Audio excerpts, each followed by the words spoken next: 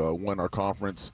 Our kids did a great job. Staff did a good job. So it was a lot of fun. I'm tired. Yeah. The football, we started in June. It's been a long run, man. It's like. Let alone last night. What time did you get home and get to bed? And you up this morning driving down to Eugene. About 12:30 last night. So then, Get up and do it again, baby. I'm happy today. I brought my daughters with me to watch this Duck game, so they're excited. Beautiful. My oldest one's a Duck alum, so. It's going to be fun. It'll all right. It'll be right. The sun will come up today. It will. Yeah. I was one of my best friends, former Duck, high school coach at Banks High School, Cole Linehan, told me this after we lost in the state championship game my first year. He said, when you put your joy in the hands of 15 to 18-year-old young men, it stings a little bit. Yeah. It stings a little bit when those losses happen. But you can't replicate the feeling of watching when they put it together and you win a football game. I got a question for you, just real quick. Yeah. I know we're off track, but real quick, is it harder to Game lose? Day extra. Is it harder to lose a semifinal game or the championship game? Ooh. Oh, that's tough. Unfortunately, I've done both. I have both. Yes. I think it's the semifinals. It's tough because you didn't get to the championship. Yeah. The semifinals was hard. The semifinals are hard. I've lost both. The championship game went. I was at Central Catholic. We got killed by West Lane one time with Elijah Molden, 62-10. So that was like nothing. That was over at least quick. But then some semifinal games we lost. Yeah. We should have won. That hurts. Sometimes it's better to lose in a blowout fashion than on the last play of the game. Because at least mentally you're there. You know what's going to happen. And then it's the last play of the game. You're thinking all the way to the end. You're going to find a way to win it. And then your heart's broken. Like, wait, what? With 3 seconds to go, man. That's so football, happy baby. birthday. Hey, happy birthday, thank Anthony you. Newman. Well, Anthony Newman. I don't want to. I'm celebrating 60. Come on now. Yeah, it's a big year, man. Let's go, crazy. baby. 6-0. Dude, I hope I look half as good at you as 60 years old. Are you kidding me? At that level, man. Come on, Goodness baby. gracious. Everybody wish Anthony yeah. Q. Newman a birthday. And he Yeah. was kind enough to save the one win for the weekend for today at Autzen That's Stadium. right. Didn't want to get greedy last night, that's Didn't want to waste a win last night. Let's get one today here at Autzen Stadium, boys. Right. Let's walk behind going through some of the players' minds today because it's kind of lost in the shuffle, especially with this new format where Oregon might play another home game this year. We don't know. Yeah. It might be a home playoff game. Yeah. We got to wait and see. They got to win today. You got to win next week, and let's see where the seeding might break down. But it could be the final home game of the year, and Oregon has a lot of seniors who are walking through that tunnel the last time. I always love doing this with you, Anthony, but just that memory that you had that last time, potentially for these guys, but you knew it at the time, walking through the tunnel. Oh, yeah. I mean, that was our last time going through the tunnel. And I think you remember those days the most as a football player. I'm looking back at my high school career, my college, pro. I like when I was with the Ducks. Yeah. Those 4 years with my guys. You're living with the guys in the dorms and the apartments. It's home. That's who you are, and you grow up with these guys. And then it goes so fast. It really does. And the next thing you know, you're the last game. You're walking through this, and my mom and dad came down. That was emotional. Yeah. And for us, it was the Civil War. It was Oregon State game. So, and we won, by the way. Just 4-0. And I got 3 picks, by the way. Just to let you know. I just keep saying that. Not a bad senior day. Did you give any of those picks to the coach that told you? Did you go and deliver the ball and be like, "Oh yeah, here, I am playing football." I am playing football. Yeah, I'm moving on. And it's crazy because realistically, with 98% of the guys are done playing football. The seniors, they're done. This is the last time we put the helmet on. And that's hard. And it's a game that you love. You grow up loving. You've been playing since the 4th grade, and it's over. Yeah. You walk away, you got to do something else. Well, and to that point of how special that college experience is, because you choose the place that you're going. Right? Yes. You choose the place. In high school, it's with the kids that you grew up with. Well, for the most part now. Yeah. But it's with the kids that you grew up with. In the NFL, you get drafted, and they pick you to go somewhere. College, you pick that place. Right. And last night, I was lucky enough to go to the University of Oregon Hall of Fame ceremonies last night. Oh, sweet. Jerry Allen got the Order of the There O. we go. Jerry got the Order of the O recognition yesterday. Great. And it was a great ceremony. But you want to talk about heavy hitters going into the hall. It was Jenna Prandini, Laura Russler. There was Sam Krauser. And then really? Hronis Grasu and Marcus Mariota went in. Really? And something that Hronis said, to your point, is he, in his Q&A that he was doing with Joey Mack, said, Marcus and I still talk about it to this day, what we wouldn't give to run out the tunnel at Autzen Stadium one more time. One more time. Yeah. That's those are two guys that both of them went on to play in the NFL. Yes. One is still playing in the NFL. Hronis' wife, Sabrina, is kind a of a big deal. WNBA superstar. Bit of a deal. Yeah. And those are the things that they talk about, right? Is just if we had the chance one more time to run through the tunnel at Autzen Stadium. It is special, that college experience and that senior day. Yeah, it's going to be a fun one here today. And it looks a little bit differently now than it did in years past, right? Because you got guys that come in for a year, maybe two. It just changes it a little bit. But I think it's a good moment to appreciate everybody who's taken the time to put on an Oregon uniform. We love saying once a Duck, always a Duck. And so a lot of seniors potentially walking through the tunnel one last time. Oregon is in a spot now. Let's take a look back at last Friday. We got a lot to break down with this matchup at USC today. So much on the line. And it's nice to have a familiar opponent in a big game. There hasn't been a lot of those, it feels like, in a while for Oregon, where Indiana's a big game. Okay, this is a little new, but USC, we know that one, and there's history there. But just, last Friday, guys, we were talking, and the one thing I think we all wanted to see was come out, start fast offensively, get the passing game going, and, hey, box check. Dante Moore sets the program record for completion percentage in a game. They score on their 2 opening drives. The game is essentially over at halftime. I mean, in terms of getting ready to build for this moment and peak at the right time, at least last week they passed that test with flying colors, it seemed like. Well, in the last game, Minnesota's not a real good football team. Come on, let's be real. I mean, and think about that. But what Oregon did what they needed to do. Yeah. Take care of business, right? Yeah. I mean, you ran the football, okay? Dante Moore he touches the ball every offensive snap. He is the man right now. I mean, he's on fire, and that's what you needed for your quarterback. And all of a sudden, you don't have all these receivers, but no, you do have some receivers. You have some tight ends. Let's throw the ball to the backs. When you run the ball as well as Oregon's running the football, you can do anything you want. Well, I mean, really, think about it. And something I want to talk with you about when we get to the breakdown coming up in a little bit, Anthony, is you saw the gravity of Kenyon Sadiq. And usually we talk about gravity with a player and we talk about basketball, right? Where, like, Kenyon Sadiq right now is like Nikola Jokic. Yeah. Where if you want to put a big stiff on him, Jokic just goes out and he shoots threes. Yes. If you want to put somebody small on him, he'll back you down and he'll play at the rim, right?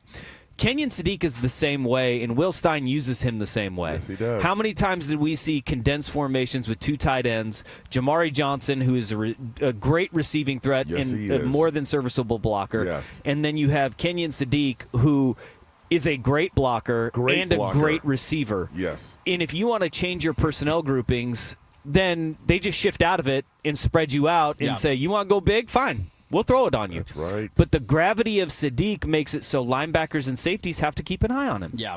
And that we saw how much that opened up for this Oregon offense and how much easier the reads look for Dante Moore when you have 2 guys paying attention to number 18. Well, I've always said this as a defensive guy, as a player and a coach, it's hard to defend a team that has a good tight end. Yeah. And if you can play with 2 tight ends, well, then you have to change your defense because you're trying to stop the run. You got to bring big guys in to stop the run.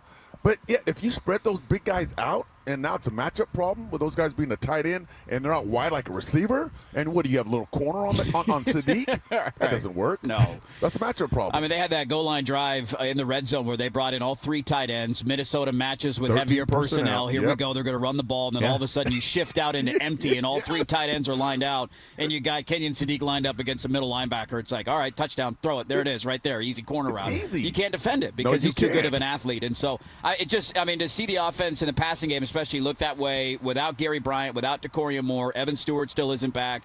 You're down your top 3 wide receivers on your depth chart, and to go out and do what Dante Moore did last week, wildly impressive. We have some injury notes this morning. We'll pass along. So were the catches, man. The one-handed catch that Kenyon Sadiq had, where he's backing down a defender. It's like the Jeremiah McClellan. Yes, the toe tap. You had 2 of them from Malik Benson. Yes. Like Jeremiah's a stud now. Catches in traffic. I said this at the beginning of the year. Like, people will know who Jeremiah McClellan is. And I was sitting there after the Iowa game going, this is not how I want people to know Jeremiah McClellan, because that's not who he is. Right? And then he made catch in traffic, toe drag, completely horizontal, incredible catch. That's Jeremiah McClellan. He had a great game last week. How about those tight ends you mentioned, too? Combined for 12 catches, almost 150 yards between the two of them, and the touchdown to Kenyon Sadiq. You mentioned it. The 3 leading receivers heading into this year. Yeah. Evan Stewart, who hasn't been here all year, but then DeCorian Moore and Gary Bryant Jr. all go down. And in that game, you had 10 guys catch balls. 10 different guys caught a football. In the 3 that everybody was pointing to in the summer of, hey, watch out, those 3 are going to be a problem. They weren't playing. They weren't playing. Not playing. No. No. And it was a great indicator because the news out this morning is that Gary Bryant, DeCorian Moore, according to Matt Zenitz of 24/7 Sports, will not be in the lineup again today. So Oregon at least has this kind of game plan built in. They had to go through it last week, and they look great throwing the football. USC, by the way, also dealing with some massive injuries, and we'll update you on that throughout the course of the morning. We're just getting started. It feels like football, doesn't it? Oh, yes, it kind does. of that first cold morning, yeah. you see your breath, the fog on the drive down, man. It feels like football weather. USC is in town today. 12:30 kick on CBS. You can hear it right here on the Fan as well, the home of the Oregon Ducks. We are off and running down at Autzen, brought to you by Frost Brew Coors Light, the world's most refreshing beer. One thing to be appreciative of today, especially in the landscape around college football, we'll talk about that, start diving into the matchup. We're just getting started down here at Autzen, but now it's time for Ducks Game Day traffic and weather. Every 10 minutes, here's Jeff Rust. Drive down to Autzen looking pretty smooth right now, knock on wood. Just about an hour and 50 minutes from the city center. No real slow spots to speak of at the moment, but be careful with all the fog out there. Reports of a smoky south of Albany, another one just north of exit 216. It's 40 and foggy here in Portland. The fog should burn off around, by the afternoon. Then the sun should peak out a bit. Going to have a high of 47. In Eugene, 38 and cloudy for the 12:30 kick. 44 degrees, partly cloudy, should stay dry, almost no wind. Great November football day. I'm Jeff Rust with Ducks Game Day traffic and weather every 10 minutes. Millions of fans agree.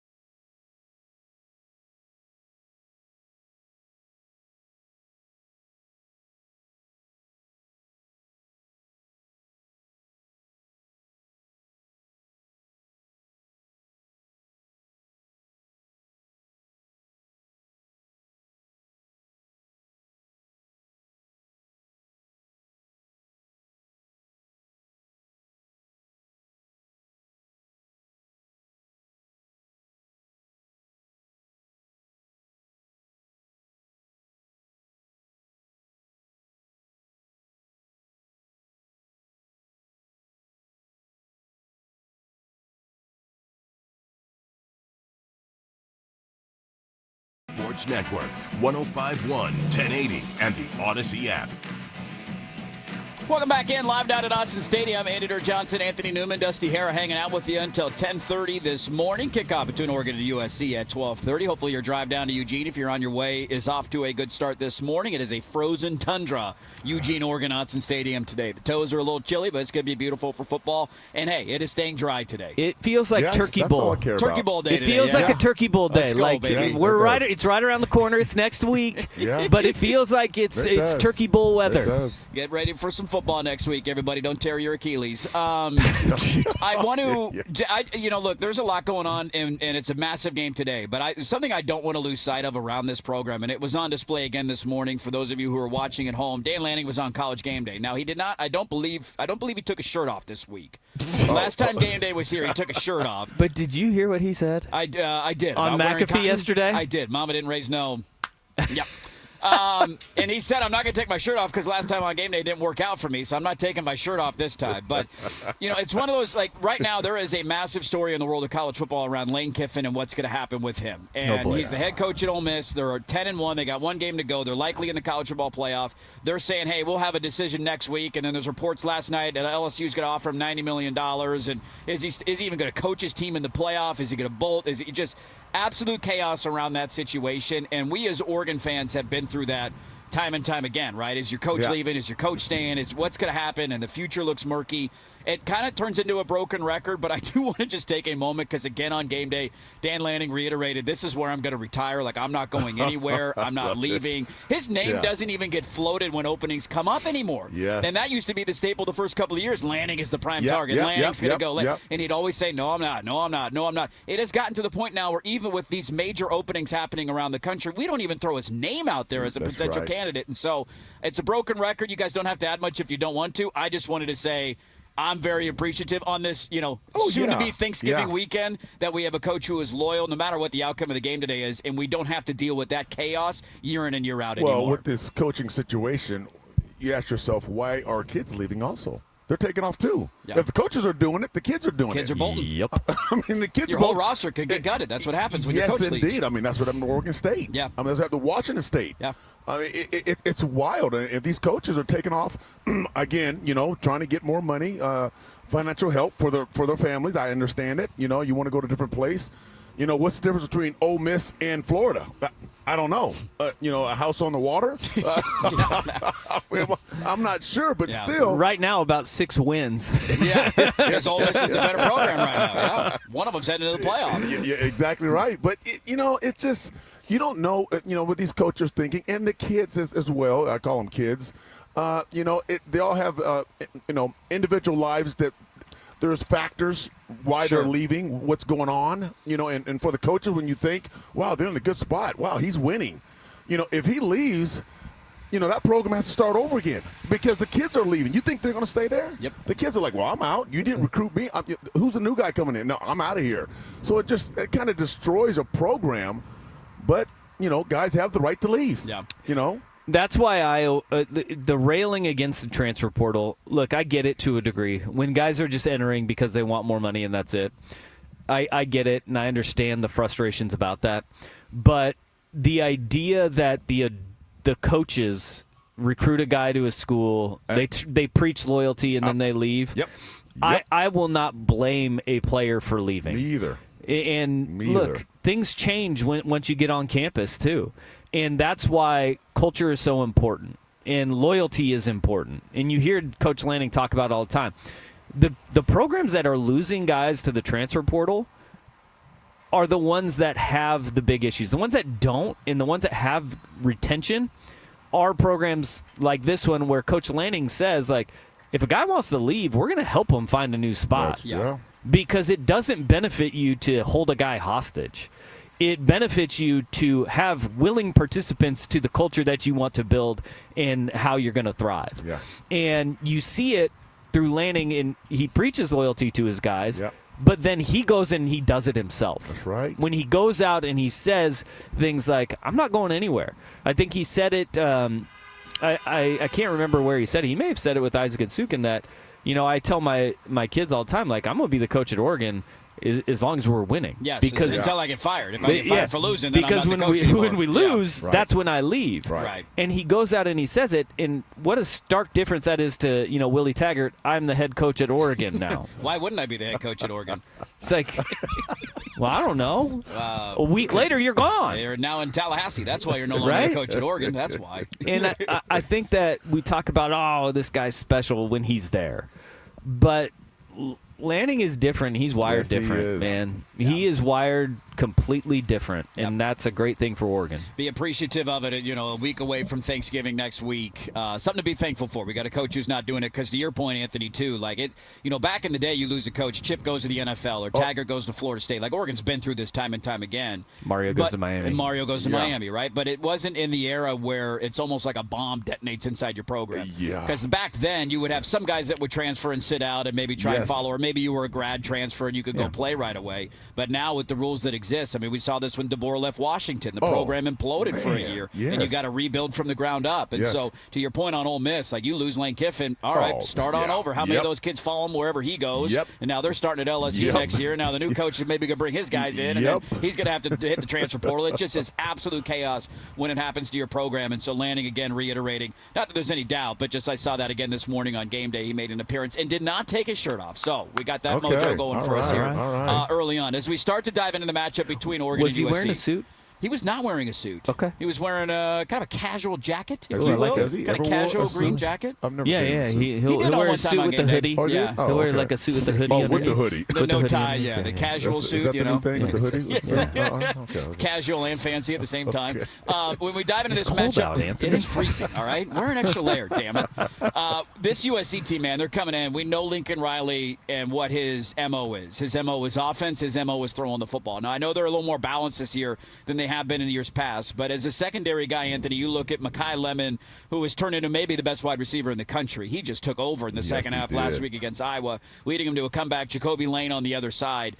This is going to be a matchup of wide receivers that, maybe you could throw Surratt and Cooper in there for Indiana. One of the best, tandems of wide receivers that we've seen all year. And we know this Oregon secondary is young and talented. They're going to have their hands full here today against USC. Well, they are. And it starts up front with the offensive line of USC. They give the quarterback time to throw the football. Any receiver can do damage. But those receivers that are playing for USC, these guys, they're playing at the next level. They're first-round draft picks. And these guys can run. And then when you put these receivers in the slot position, you're right in the middle of the field. You got a two-way go.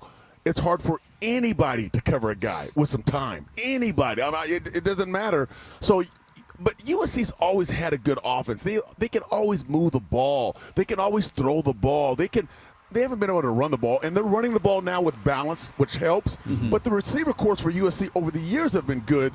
This is a big challenge for the secondary of Oregon. Huge challenge. Especially with the way you mentioned it, they move him around. Man, Mekhi Lemon will be in the slot. He'll be outside. Yes. We talk about using leverage with Will Stein and his offense and how they operate. Lincoln Riley is no dummy. That's right. He is an elite play caller, and he can scheme you up and try to create the mismatches. The thing that I love about Oregon, and we talked about this heading into that first Montana State game, is that they went and they revamped that secondary last year because they said, oh boy, we have the speed, but we can't match up in a variety of ways. What did they go and they do? They get, the best freshman corner in the country in Brandon Finney Jr. No doubt. Right? But they went and they acquired length, they acquired speed, and they went and got 21 defensive backs for this roster this year so they could match. All right, you want to go big? We'll go big. You want to go small and you want to be fast? We can do that. And what I love about the back end of the defense is how they've mixed and matched throughout the course of the year with that rotation, different guys, because, Anthony, you can speak to this way better than I can. The continuity of playing alongside a guy, especially in zone coverage, which you have to do against SC. Yes. You have to be comfortable playing next to the guy who is new to that rotation. Right. Well, it starts with communication. You have to be able to talk to the guy next to you, to your buddy. Hey, what's going on? What do you got? When a team lines up, and they give you a formation, they're not going to stay in that formation. They're going to shift. They're going to motion. They're going to do different things. So you have to talk to the guy next to you, and you have to have that rapport and that connection with the guy. Like I played with Alex Molden. We always talk about this to our kids. I mean, me and Alex, I mean, we were tight. And I could just look at Alex, and I would know, okay, hey, if this guy goes there, I got him up. You're inside, right? Yeah, I'm inside. I got your back. You know, that happens over time. It takes time sometimes to deal with that. It's just like an offensive center dealing with his lineman. Okay, the center is he controls that offensive line. He's telling everybody what to do, and if he's new, okay, and all of a sudden everybody's like, okay, so what's the call, guys? What are we doing? What are we doing? Who's blocking who? You know, if this guy stunts over here and you go over, which way you going? I don't know. You didn't tell me. That's a problem. And think of that base nickel defense. So they have 5 defensive backs. Yes. They rotate like 12 guys into those 5 different positions. Think of how many different combinations you have. But we've seen it over the course now of almost an entire season, 10 games so far. They've all been in the game together, and that builds over time that trust and communication. And here's another sign. You haven't seen a lot of broken coverages, right? No, Guys running free, you know, down the seam or down the sideline wide open. Yeah, you had the one play against Iowa, but there's not a lot of them that stand out throughout the course of the year. No. Where you lose a guy in transition. But then you also saw Dylan Thieneman right after that broken coverage. He went right to his safety, and they were correcting that in real time. Like, hey, man, that was you. I was handing him off to you. Where are we at here? Where are you at on that one, man? It's a good-on-good matchup that I think there's going to be a ton of NFL scouts here today, and that'll be probably one of the big matchups that they're looking at. Is that Oregon secondary, number 1 pass defense in the country? Yeah, slightly inflated by not playing elite offenses, sure, but there's no doubting the talent in that secondary. They're going to have their hands full today. Should be a really fun matchup. Let's continue to talk about this one, man. The last home game of the year, Oregon and USC. A throwback to something we used to be familiar with. We'll start diving into that and some other angles of this game. We'll give you some injury updates. We're going to go behind enemy lines. We're just getting started live down at a chilly Autzen Stadium. But now it's time for Ducks Game Day traffic and weather every 10 minutes. Here's Jeff Rust.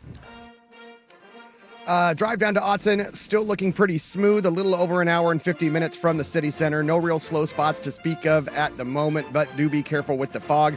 There are reports of a smoky just south of exit 216. It's 39 and foggy here in Portland. That fog should burn off by the afternoon. Then the sun should peek out a bit. Going to have a high of 47. Meanwhile, in Eugene, it's 38 and cloudy. For the 12:30 kick, 44 degrees, partly cloudy, should stay dry, almost no wind. Great November football day. I'm Jeff Rust with Ducks at Game Day traffic and weather every 10 minutes. Oh, hey.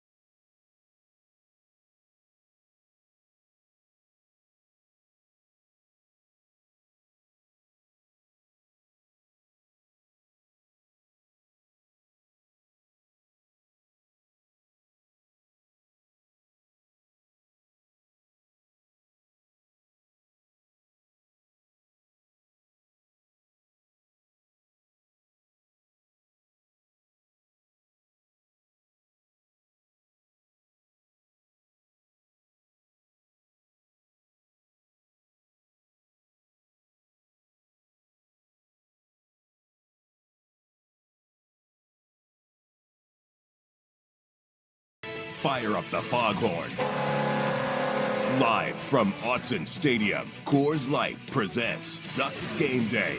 Coors Light. Choose chill. Celebrate responsibly. It's going to be a pistol look with Whittington lined up right behind Moore. And the snap given to Whittington up the middle. Busts through for a quick three. Moore, 5, 10, 11, 12. On his feet. He's going to score. Whittington comes out of a pile and scores. We're getting you ready for today's game between the Oregon Ducks and the USC Trojans. Oregon Ducks football on the Fan is brought to you by Coors Light, Dick Hanna Dealerships, Philbrook Law, Zoom Care, Bellagio's Pizza, Langdon Farms Golf Club, Wilsonville Toyota, Mountaintop Metal Roofing, Victor Rico's Mexican Food, Legends Casino Hotel, Mods PDX, and Laurelhurst Market Steakhouse and Butcher Shop. Touchdown, Oregon. Now here's your hosts, Andy Johnson, Dusty Hara, and Oregon Hall of Famer, Anthony Newman on the Fan Sports Network, 105.1, 1080, and the Odyssey app. Hey, welcome back in live down at Autzen Stadium. Editor Johnson, Anthony Newman, Dusty Hara hanging out with you. Oregon and USC, 12:30 kickoff. Final home game potentially of the year as the Trojans are in town today. And we'll see if Oregon can keep their college football playoff hopes alive. We got a lot to get to. We'll go behind enemy lines in a moment. You know, I'm one of those Duck fans. I don't know if I speak for everybody. There's exciting new things about the Big Ten. The Ohio State game last year, the whiteout, the road game at Iowa. There's Michigan on the road last year. There's really cool, unique opportunities that you really enjoy, while also simultaneously having kind of a shared history with teams that you're playing. And, you know, you face a team like Stanford where maybe it's not as exciting as, Penn State, but there's a history there. And we have memories as fans of, God, remember that time they beat us, or remember when we went down there and beat them. It's a unique thing, at least, to end the season for Oregon, because every Oregon fan who's old enough to walk could tell you a USC memory, whether it's back in the day, whether it's 2007 and Matthew Harper's interception, the Fright Night in 2009, like Lane coming in here and Maldonado missing a kick in 2011, like the COVID Pac-12 championship that we shouldn't even have been in and we beat them and there was no fans there. Like, it's kind of a fun way, at least, to end the season, because I miss some of that shared history with opponents that you got it with USC, baby. There's a lot of juice and a lot of memories here. It's funny you said this earlier. Oregon, Indiana, big game. Indiana? We talking about? Right. Who it doesn't feel the same, man. It's not even close. And the team played like it didn't feel the same. They didn't show up. Exactly. I don't think that's going to be the case here today. And the crowd was different, too, for that game. It was. The crowd will not be different for this one. No. It's going to be ratcheted up a notch. Yes. And Derek, to your point, I hope the Big Ten does this moving forward, because I do like it in that this week you have Oregon SC, Washington, UCLA. Yeah. Next week you get Oregon, Washington, SC, UCLA. Yeah. You get those former Pac-12 games. I hope that's how this season ends. Yeah. I think that is a really neat thing to do, because there is a little bit more juice when those teams are playing, because there's a history. I will contend to this day, I think the Matthew Harper interception in 2007 is the loudest I've ever heard this stadium. Now, there's been some loud moments. There's been some big moments. That one for me, I don't know what it was about that game with them in town, that magical season. It was late in the years before everything kind of crumbled with the Dixon injury. That pick at the end of the game to seal it is one that I'll never forget in my Oregon fandom. My eyes were shaking at the end of the Ohio State game last year. Like it was like vibrating. I was just going, what is happening? It was so loud. NCAA football noise meter. It's like you can't see anything. All the routes are all squiggly, man. Yeah, I felt like a true freshman quarterback in NCAA. Playing on the road, man. Before we dive more into this matchup, we'll go behind enemy lines in a second. I want to get your guys' thoughts. So we mentioned, now this is just getting reported, so I'm just passing it along. Matt Zenitz of 24/7 saying that no Gary Bryant today, no DeCorian Moore. I don't think that's a surprise for anybody. Seeing Gary go down, and then the injury to DeCorian we obviously didn't see, but Oregon being very cautious in that scenario. On the other side of it, how about these piling up for USC? And I know we got an injury report, but people are in and out of their cars, so I want them to know. Bishop Fitzgerald is expected to miss the game today. He's a star safety for USC. He went down last week. They're also likely without Kamari Ramsey, their other safety, and their starting left tackle, Elijah Page. And so this is one of those things we've talked about with Oregon of you got to have strength in numbers. You got to have bodies, and Lanning always preaches that of having guys that can step up and play above-the-line football. This is another game where it's going to be tested because USC does not quite have the depth that Oregon does. doesn't. I know Oregon's going to try and make that a prideful thing today of, we got guys that can fill in. Let's see if you do. Well, the safety position is a very important position because it's the quarterback on the defense. Yes, sir. They're getting everybody lined up. You got 2 safeties out. 2 safeties. And now when you have safeties, they can sometimes, most of the time, cover tight ends or compete with tight ends. Mm-hmm. Well, okay, you got backup safeties now covering Sadiq. Good luck. Good luck. Yeah, and then getting lined up, with Will Stein having all these different formations and shifts and everything else with motion.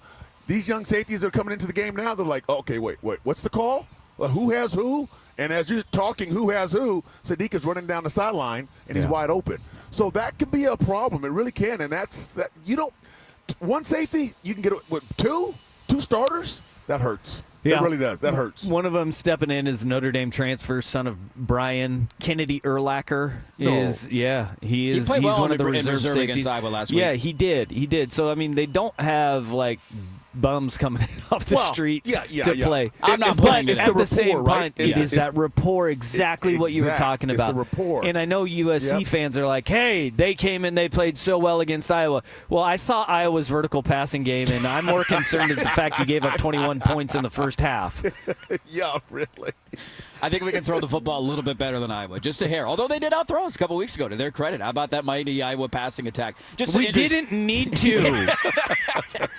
It's great, man. The guy's banged up. This is that time of year where you got to have next man up mentality in Oregon. We know that they've been banged up. They've been dealing with this, and I thought you saw their game plan last week change a little bit, knowing going in, hey, those wide receivers aren't available for us, and the game plan was a little bit different. Some of the formations and packages that they used, they had a week to get ready for it, now another week to get ready for it again today. We're off and running down and out, brought to you by Frost Brew Coors Light, the world's most refreshing beer. Let's go behind enemy lines. Hear from Ryan Abraham. He covers USC. Yogi Roth, he's a former USC quarterback. And also Josh Pate, who is in town today. What are their thoughts on the matchup and where USC is at going into this pivotal game here near the end of the season? That is coming up next. But now it's time for Ducks Game Day traffic and weather every 10 minutes. Here's Jeff Rust.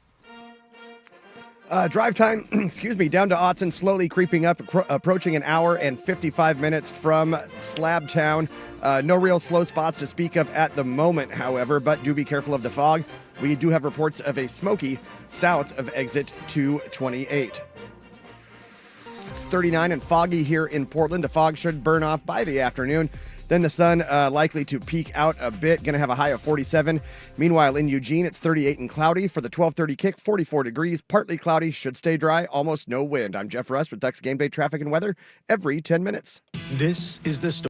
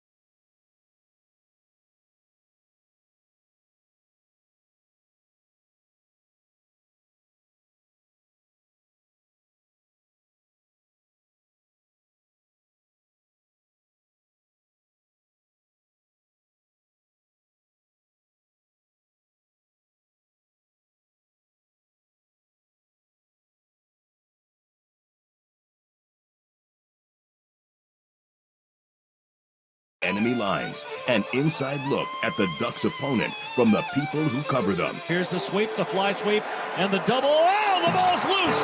Oregon might have a chance and will get on it back at the 23-yard line. Coors Light presents Ducks Game Day on the Fan Sports Network, 105.1, 1080, and the Odyssey app.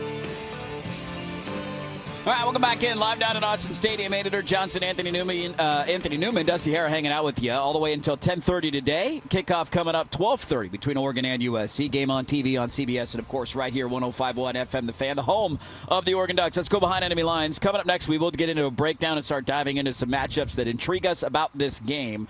Ryan Abraham, he's been covering USC for a long time. He's actually one of those good guys I have on because he's not one of these pure honk homers that'll just come on and tell you, oh, USC will roll, USC will be fine. Very honest, and he said the USC's defense against Oregon's rushing attack is his big key to the game. The concern I would have on the USC side would be, what are you going to do, especially with Oregon's run game? We saw Notre Dame run for over 300 yards against USC. I kind of make these games, they're sort of similar in my mind, where, you know, the spread was 9.5 going up to 10, maybe, 10, who knows where it'll be, but USC could be out their top two safeties. They both left the Iowa game, Kamari Ramsey and Bishop Fitzgerald, and we don't know the status of them yet. Those are two leaders on the team. You know, Bishop Fitzgerald, one of the top. He has 5 interceptions on the season, and Kamari Ramsey's just been – he's like a coach on the field for Danton Lynn, the defensive coordinator. So without those two guys, I think it would be some trouble. Playing the Oregon offense and how they can run the ball, I think that's going to be – a little tougher task there. So that, I agree with you guys. That's going to be the matchup you need to watch. USC needs to figure out a way to slow down Oregon. I think they'll score, but are you going to be able to score at the rate that Oregon can if they just kind of dominate USC's defense that's struggled, especially against really good rushing offense? So there's Ryan Abraham hitting on it. We'll get into that matchup in the breakdown because I think for a lot of people that is the key to the game and how this one plays out. To your point earlier in the last segment, Anthony, of having a coach on the field in that back end of the defense, that's what USC is going to be without today. Let's hear from Josh Pate. He's in town today. This is his Big Fall Don't Lie Tour game of the week, and he said Oregon will dominate if tailback or wide receiver is where I would go, because I think either one, like if we look at a situation where they really stretch USC, I don't know. Stylistically, it would be because they just ran it at will and USC couldn't stop them. So, theoretically, I would think tailback there. But I also think explosivity through the air is going to be a big part of this. So it could be that they had a nice balanced box score type attack. That's all going to be predicated off the ground game. So my answer is going to be tailback. But I think in the process of that setting up the rest of the offense, one or two of those receivers or Sadiq could just absolutely go off. Yeah, and then one more here, Yogi Roth, former USC quarterback. And I'm curious, we'll kind of piggyback off this and get your guys' thoughts on how, are there multiple ways that Oregon could win this game? Kind of a low-scoring, ugly Big Ten game, or just going to run it? It maybe will become Iowa today, right? Yeah. Or a shootout, because USC probably prefers that. Here's Yogi Roth on a shootout. I think they can win a shootout. I don't think Oregon wants to get into a shootout with these guys. I really do. I think they might be even more explosive than Oregon is, and we don't know that. I don't know at least the health of DeCorian Moore and Gary Bryant. You might know better than me at this stage of the week. But I think a shootout plays into SC's hand, to be honest with you. I think that's a way in which they can find their way to an upset. It's interesting because that's a thought that came out a lot this week. That's kind of the game that USC prefers. They want to have a track meet. They want to turn this into an old Pac-12 style game, go up and down the field at 49-45, 45-42, somewhere in that range. I'm just styles make fights. We always say that about football games. What kind of style you think Oregon wants to play today? Well, Oregon's going to run the football. They're going to keep USC's offense off the field by controlling the clock, and picking up first down, smash mouth football, and then. It's a copycat league. If USC can't stop the run in the past, they're not stopping the run today. Oregon's going to go out there and say, hey, we're going to keep doing the same thing because these guys can't stop it. And that's smart. Keep running the football with 3 running backs, all 3 different types of running backs that you have with your offensive line, and yet you can still throw the football. If you're bringing in all these big tight ends, you run the football, and then you can still throw the football. And USC has lost 2 safeties. So I'm going to run the football down their throat. Yeah, I think Oregon wants to play a game where it's a race to 30, right? Where 30 points is what's going to win that game for you. You know, and in Oregon, to win the game, they need to hold USC under 30. And for the Ducks to get there, they say, hey, 30, we're comfortable. I think it's that style of game, and that kind of falls in line exactly with what you're saying, Anthony, there. And run the ball. And success in a game like this, in my opinion, is successful drives in the first half don't necessarily equate to points. It is wear them down, pick up first downs, flip the field. If Oregon is sitting in when I say erase the 30, if Oregon is sitting there at with 14 points at halftime, I'm not worried about that. You're halfway there, essentially. I'm sitting there going, hey, you're okay because you wear them down. Because what did you say earlier, Dirt? Depth. Yeah. Depth is what Oregon has been hanging their hat on. Lean on them, wear on them. And then in that second half, you say, all right, your defense has been on the field for a long time. Can you hold up? Yeah. Can you keep withstanding our three-headed monster in our backfield, just punishing you down after down after down? Yeah, it's on that point, too, of 30 points and that being the number. Dan Lanning in his career at Oregon is undefeated when his team has given up less than 30 points. He's never lost a game. Every game he's lost, he's given up more than 30. Hot damn, let's go. Hey, you like that? Hold him to 29. You're going to win the game. That's what history tells us about Dan Lanning and his team. So there's a look kind of from what some different people around the country are thinking from the USC side, the national side, and the analyst side on this Oregon and USC matchup. We got a ton of different angles still to get into, and let's get into it. The breakdown of this matchup between the Ducks and the Trojans, a Pac-12 throwback here on the final home game of the season. We'll start diving into that. The Victor Rico's breakdown, that is next, but now it's time for Ducks Game Day traffic and weather every 10 minutes. Here's Jeff Rust. Drive time down to Autzen still creeping up a little bit, approaching an hour and 55 minutes from the city center. We've got some slowing developing as you leave Salem. Do be careful with the fog as well. Reports of a smoky south of exit 228 and another one at exit 209.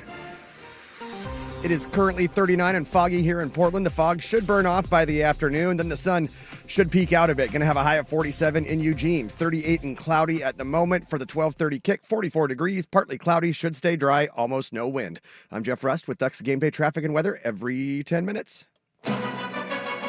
The matchups, players, and position groups that will impact the game. It's time for the breakdown. Brought to you by Victor Rico's Mexican Food. When you think of flavor, think of Victor Rico's. Fade right out to the left. Was it caught? It was! Touchdown! Evan Stewart. Coors Light presents Ducks Game Day on the Fan Sports Network, 105.1, 1080, and the Odyssey app. Welcome back in down at Autzen Stadium. I'm looking across the lot here at the Boy Scout parking lot. That's where we're at. Stop by, say what's up. A lot of fan personalities will be in attendance today. Patrick Harris is going to be down here. If he's wearing Coug gear, though, we might have to throw him out. He's with the Sunrise guys. No Cougs allowed, all right? Actually, you know what? Whatever. That's fine. As long as you're rooting against USC, you're cool in my book. I am seeing, though, there's somebody over here at the tailgate lot with a fire. If they could just go ahead and put that thing on some wheels and bring it over here, that'd be great. My toes would appreciate it because it's a little chilly this morning. It feels like football weather. When we start looking at the breakdown of this matchup, guys, and the angles, we've kind of touched on a few different sides of it, right? USC's wide receivers and the talent they're bringing to the table against Oregon's young secondary, Kenyon Sadiq and some of the stuff that he could do. Yeah, I look at this being a big Dante Moore game as well for Oregon, because I think when you look at the quarterbacks that they've faced, there's not many times that you've gone into a game and felt like, all right, these two guys are kind of on equal footing, right? You did that with Mendoza, maybe at the time Drew Aller, right, before we knew what Penn State was going to turn into. So there haven't been a lot of those cases, right? And USC's bringing a quarterback to town, and I'll get into some of their home and road splits here in a second because that's maybe a big story in this game. But we've seen Dante the last couple of weeks at Iowa. Wasn't pretty, but it was in the rain, and when he needed it, boy, did he have it. And he was clutch for them down the stretch. And then last week, without your top three wide receivers, go 27 of 30, completing balls to 10 different guys. They want him playing his best football at the right time. It's not raining today. That's the only time we've really seen him struggle is when it rains. So dry weather, big Dante Moore game here for me today. Well, I like the way Dante Moore plays because, you know, if you watch him throughout the game, he's never up or down. He's just always even. You know, if he throws a bad pass, he has the you know, when you're watching and watching his actions, they stay the same. If he throws a touchdown, you know, a touchdown pass or a pick or he fumbles or whatever happens is bad, he's still positive. And that's what you want in a quarterback because, again, your quarterback is the key to an offense. It's the key to most football teams, to be honest. He touches the ball every offensive snap. And if you have a guy who's calm, he's not too high, he's not going too crazy, he's not too excited, he can take you a long ways. You can always be in football games until the end. It's the supporting cast that needs to step up. And a game like today, we haven't talked about the weather. And a game like today, it's cold. Okay, so it's hard to grip that ball. The ball's hard when you're trying to catch it. That's why the running game, to me, is going to be it's a huge for Oregon. Yeah. USC, I understand this. I was in L.A. for 8 years playing with the Rams. Okay, we're practicing it's 75 degrees, 70 degrees. When you come here and it's 35, that's the difference. Yeah. It's cold. Yeah. And you can't, I don't care. You can act like you're tough and, it's all right. I'm not going to wear sleeves. No. Hey, I'm telling you right now, the biggest dudes on my team are like, it's cold out here. I'm telling you, it's a factor because and then you're playing on turf, not grass. You're used to playing in the Coliseum. It's on grass. No, you're out here on this turf, and this turf is hard as a rock when it's cold. So all that changes. That's why it goes back to Dante Moore. He's going to have passing lanes because they're going to run the football so well. So now when he does drop back, things are going to be open. They got 2 young safeties playing for USC. It's an issue. And that's what I'm going to look at when you talk about both quarterbacks. I'm looking at Dante Moore and how he deals with this football team, with his players, with the coaches. Yeah. He's a professional. He really is. He is steady Eddie, man. You said it, and I think that calms everybody down. It does. In pressure situations, it just kind of calms everyone down. And it's so different when you have a quarterback as opposed to, like, you expect it from a running back who uses his head as a battering ram to walk into the huddle and be like, we're going to effing win this game, right?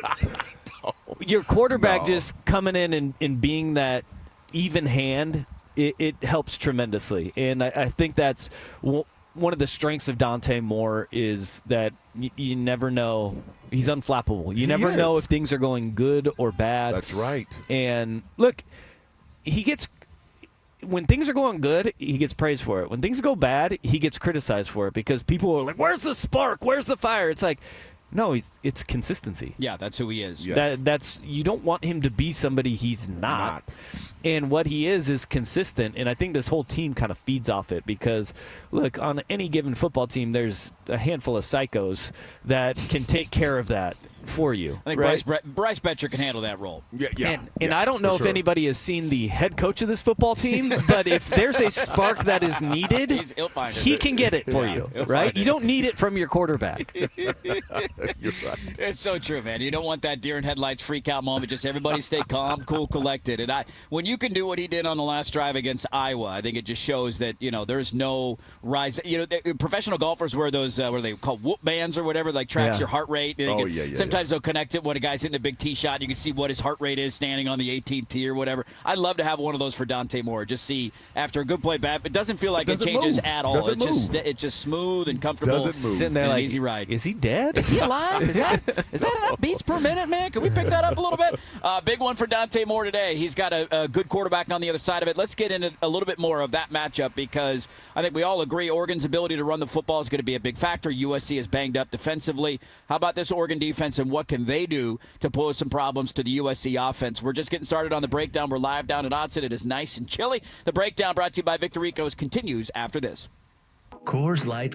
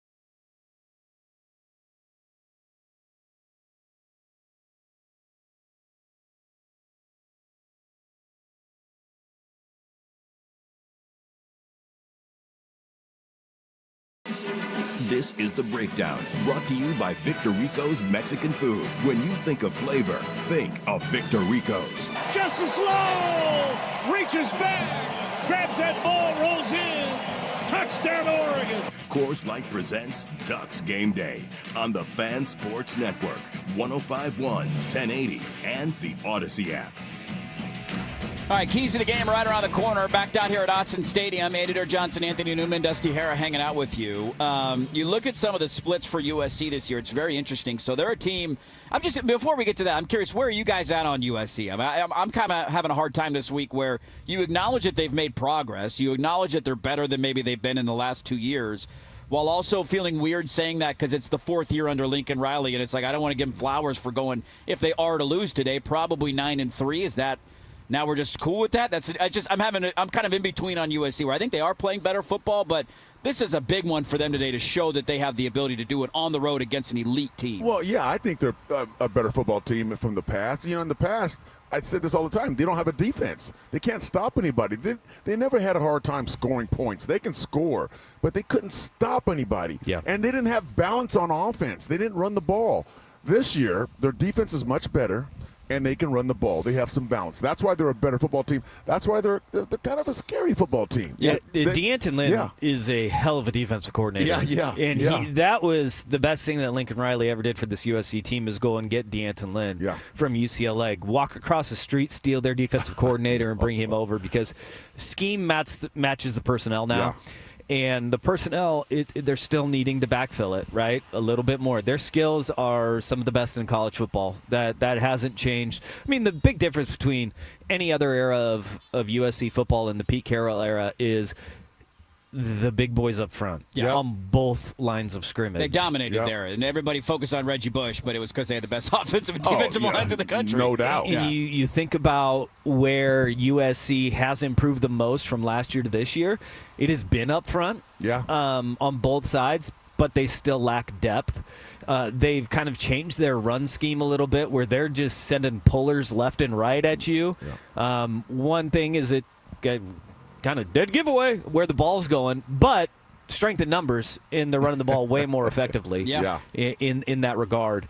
But they are a scary team, man. I mean, they are a very scary team, but it's also one of the things that I always scratch my head when you hear USC fans talk, because USC is dominant. USC is rightful place as a blue blood of college football tradition. But then we'll be like, 9-3 is a great year. It's like... You're in between both. You can't have it both ways, right? What are the expectations? Is it championships, or is it we're just good and it's nice to be good? Look at the home and road splits too, by the way. So USC this year, and this will get to Oregon's defense and what they can do today against that offense. Points per game for USC at home, 45.3. Points per game on the road, 27.5. That's a big difference. Yards per play on offense, 8.41 at home, 6.08 on the road. Completion percentage from their quarterback, 75.7 at home, 57.4 on the road. His touchdown interception ratio, Mayaba that is, skyrockets right at home. He's great at it, and on the road he's throwing interceptions almost at a 3-time amount clip that he is at home. And then you add in the fact that their left tackle is out. This is a game, I feel like, Anthony, we have not talked a lot about Oregon's front, and we're going to focus a lot on the secondary and how they can handle these wide receivers. This is the kind of game they didn't get the chance to do it against Indiana, because Indiana got rid of the ball so quick, and they didn't have a lot of time to get there. Left tackle's out. You know he's going to hold on to the ball a couple times. He might turn it over. Big game for looking at Mateo, Tatum, and those beasts up front. Well, we talk about the secondary, and they're going to be challenged by some good receivers going against USC. But it starts up front, and the front needs to help out the back end. The front needs to put pressure on the quarterback. And maybe it's not about getting sacks. It's just getting around him, making him nervous. And there's times they'll have to blitz to get pressure, or you'll get pressure with the 4-man front, 3-man rush, or whatever you can do to find a way to make it uncomfortable. When he gets out of the pocket, he struggles a little bit. I mean, the kid can throw. I'm telling you right now. And he can move, too. He can use his legs, too. And he's tall. But you always want to get a quarterback out of the pocket, because now it kind of messes up the timing. It messes up the route combination. And then you talk about a front seven that can run. that's fast, explosive. That's what you're looking to do. And I think that one of the things with this Oregon pass rush is sack numbers just aren't there and they're not eye-popping. But you said this, Indiana got the ball out so quickly. So fast. Right? Oh, yes. They were getting the ball out quick. You know who got the ball out even quicker and was ineffective?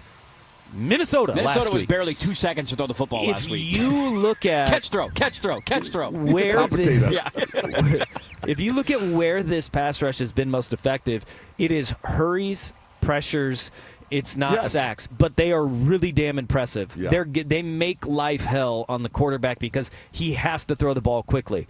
USC, they're one of the most explosive passing offenses in college football. Well, in order to get explosive passes, guys got to get downfield, right? Yeah. And Jordan Mailata, he's holding on to the ball for nearly 3 seconds every single pass attempt. Yes. Right? Yes. Think about that. Minnesota was 2.25 seconds per attempt. There is 3/4 of a second in between where Minnesota was getting rid of the ball and where Mailata has on the season. You got a little more time to eat now. If he's going to hold on to that ball, how many times have we been like, oh, Mateo's close. God, he had a hand on him. Tatum's close.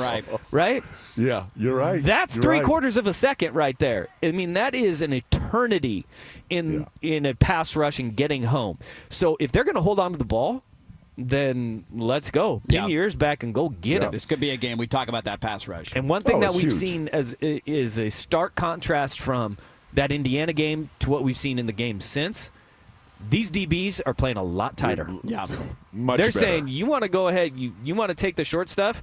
No. We're going to take that away from you, and we've seen a spark in this pass defense. Yeah, they've been playing a lot of press man on the outside. We'll see if that is the game plan today. The breakdown brought to you by Victor Rico's. They break down your game day meals with catering and the ease of the Victor Rico's app. When you think of flavor, think of Victor Rico's. Keys to the game are coming up next live down at Autzen Stadium on 105.1 FM The Fan.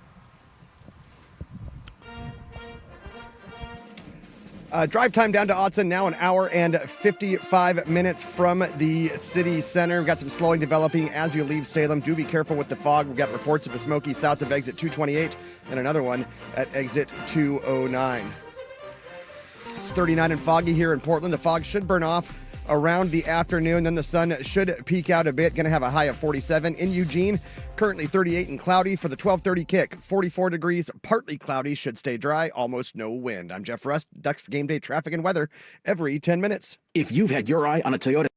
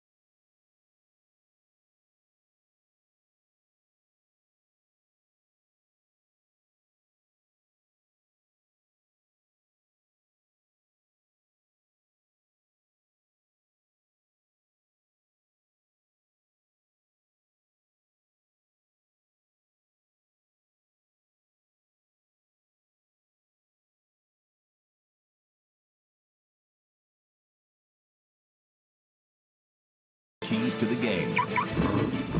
What will drive the Ducks to victory today? Throws it downfield, and it was intercepted. It was picked. Down the right side, 5-3-2. Did he get there? No, not quite. Dante Manning with the interception. Brought to you by Wilsonville Toyota. One person, one price. No bull. All right, let's get to the keys to the game. We'll take a look around the Big Ten here in a moment. Hand warmers are out, courtesy of the brand man himself. There Thank you, go. Dusty. Got you. Put them on my toesies. They're a little chilly here today. Cold one down at Autzen Stadium today. Cold. Oregon and USC at 12:30. One unique thing about this game, and we'll highlight it in the Big Ten preview. This is, I mean, there's not a lot of good games this week. It's kind of a dead week of college football. This is, of course, SEC Cupcake Week, where they all get to play a group of 6 teams. So that whole conference is essentially eliminated from being paid attention to. So this is a big one. A lot of people have eyes on it today, Oregon and USC. Keys to the game. Let's go down the line. Gentlemen, Anthony Newman, first one that stands out to you. Well, offensive line for Oregon. You know, creating the holes for the running game. If you control the clock, you run the football, you score, you keep USC's offense off the field, that's the key right there. Yeah, Dusty? Yeah. For me, outside of run the ball, it is keep it simple in the back end on the defense. I mean, too often we get caught up in, do something exotic. Just keep it simple in the back end of the defense. Yep. Play discipline. That's how you beat a team like this. They got athletes. They got game breakers. Mekhi Lemon, Jacoby Lane, 2 of the best receivers in the country as a tandem. Keep it simple. Yep. Play discipline in the back end. Good things are going to happen. Yeah, I'll have one more. We haven't really talked a lot about it this year because Oregon has found a way to win and survive some games. But one thing that I want to see now, obviously, you got to get there first. But I want to see a finish from this team. You know, you look back at 2 of their big wins that came on the road this year. The Penn State game. I mean, you watch that as an independent observer, right? Not a fan of either side. You'd say Oregon's a better team for 85% of the game, right? Yeah. They moved the ball better in the first half. They're up 17-3. All of a sudden, you look up at the end of the regulation, and the game's tied. Hey, what happened here? The Iowa game, Oregon led the entire game. They had, and then all of a sudden, with 2 minutes to go, you give up a touchdown. Wait a minute. Now we're losing. We've had the lead the entire game. So that's one that I'm going to circle of, and I think it's a sign of a young team that's learning how to win, and they know they can win in different ways. But if you get in the spot where maybe you're up by 7 or 10 going into the half, put the foot on the throat. Don't allow them to hang around. Put one of those drives together to all of a sudden a 10-point game is a 17-point game and it's a 3-score game and the game is over and USC has to come out being only throwing an offense. I want to see them finish a game when they get a team down. That's something they haven't done. How many times have we seen that? Did we see that against Iowa where the Ducks were up 9 and you were like, one more score and the game is over. One more drive and the game is over. And they couldn't put it together. Yeah, but they won. So that's one that I circled. It's going to be tough against USC because because they can score points. No doubt about it. But I think part of it, they're going to score for 4 quarters. Without a doubt. Yeah, for sure. But one of the things I lean on too with that kind of finishing a team is that if you put them in a situation when they're down by 14 in the second half, what are they going to? You know they're going to throw the ball. It eliminates the balance that they have offensively, and then it gets back to what we were talking about with that pass rush and the offensive line. And hey, go eat, big fella. I'm bothered a little bit. I'm seeing the USC fans walking by, and it looks like Central Catholic. And I'm looking, and then we got yellow and he's triggered. Green. He's triggered today. You're triggered today. That bothers me. That bothers right now. Hey, you're rightfully triggered, though. I don't blame you. Don't it? Yeah, it does. It does. It's bothering me. The logo's kind of similar to. I'm hurt, man. I'm hurt. Yeah, that's it. Keep an eye on the sideline pregame. Anthony Newman might tackle a USC Trojan. Just take your anger out. Go take somebody out, man. I will say one other key to this game is we've talked about them as, one of those sides of the ball or one of those position groups that they're not a liability. It's the nitpicky nature. We've talked about the linebackers a lot this year, right? Yeah. And I think they played outstanding against Iowa. Yes. They played outstanding against Minnesota. This is the style of offense that they are built to defend, though. Yeah. 53 1/3, sideline to sideline. That's right. There you Fill go. gaps. Jerry Mixon flying into passing lanes. That's right. Jerry Mixon. Yeah. And then we've seen Braden Platt start to get some run. Yes, exactly. Bryce Betcher. Like, these are the games and these are the styles that they can thrive in. Yes. In the linebackers, I think they are going to be a huge key. Yeah, it's a good point. Big one today. The keys of the game brought to you by Wilsonville Toyota, driven by Wilsonville Toyota. Simplifying the buying process. One person, one price. No bull. WilsonvilleToyota.com. Let's take a look around the Big Ten. We'll take a peek later tonight where Oregon's next week opponent is playing down in Los Angeles today against UCLA. What else is going on around the conference? The Big Ten preview is coming up next, but now it's time for Ducks Game Day traffic and weather every 10 minutes. Here's Jeff Rust. The drive time down to Autzen right now, just about 2 hours from the city center. We do have some slowing developing as you leave Salem. Also, be careful with the fog out there. Reports of a smoky south of exit 228, and another one at exit 209. It's 39 and foggy here in Portland. The fog should burn off around the afternoon. Then the sun likely to peek out a bit. Going to have a high of 47. In Eugene, it is 38 and cloudy for the 12:30 kick. 44 degrees, partly cloudy, should stay dry, almost no wind. I'm Jeff Rust with Texas Game Day traffic and weather every 10 minutes. Big matchups, big plays. It's time to take a look at the scoreboard around the Big Ten and the rest of college football. Coors Light presents Ducks Game Day on the Fan Sports Network, 105.1, 1080, and the Odyssey app. This is the day, though, that we'll find out. All right, welcome back in. Live down at Autzen. Keep an eye on Missouri, Oklahoma. That game just started. We're all looking at playoff scenarios and what needs to transpire in order for teams to get there. Oklahoma beat Alabama last week. Some idiot might have taken it as his lock of the week. I don't know who that could have been. But how about, can you Hey, you guess who took Alabama? Hey! I took Oklahoma. I took Oklahoma. Can somebody explain to me how Bo Pribula, he's the quarterback at Missouri, he dislocated his ankle a month ago and he is playing today? I don't know. Cam Scadaboo was like, what? Go back and watch that. It was at home, or maybe on the, I can't remember if it was home or road, but they lost to Vanderbilt. He had a goal line play where he was trying to run it in. It was like you watch it on TV, one of those like, please don't show the replay. Please don't. He is playing today, and he's off to a 3-for-3 start. Missouri's driving on their opening drive. That game just kicked off. I don't know. That makes no sense to me. I don't know how you could play like that.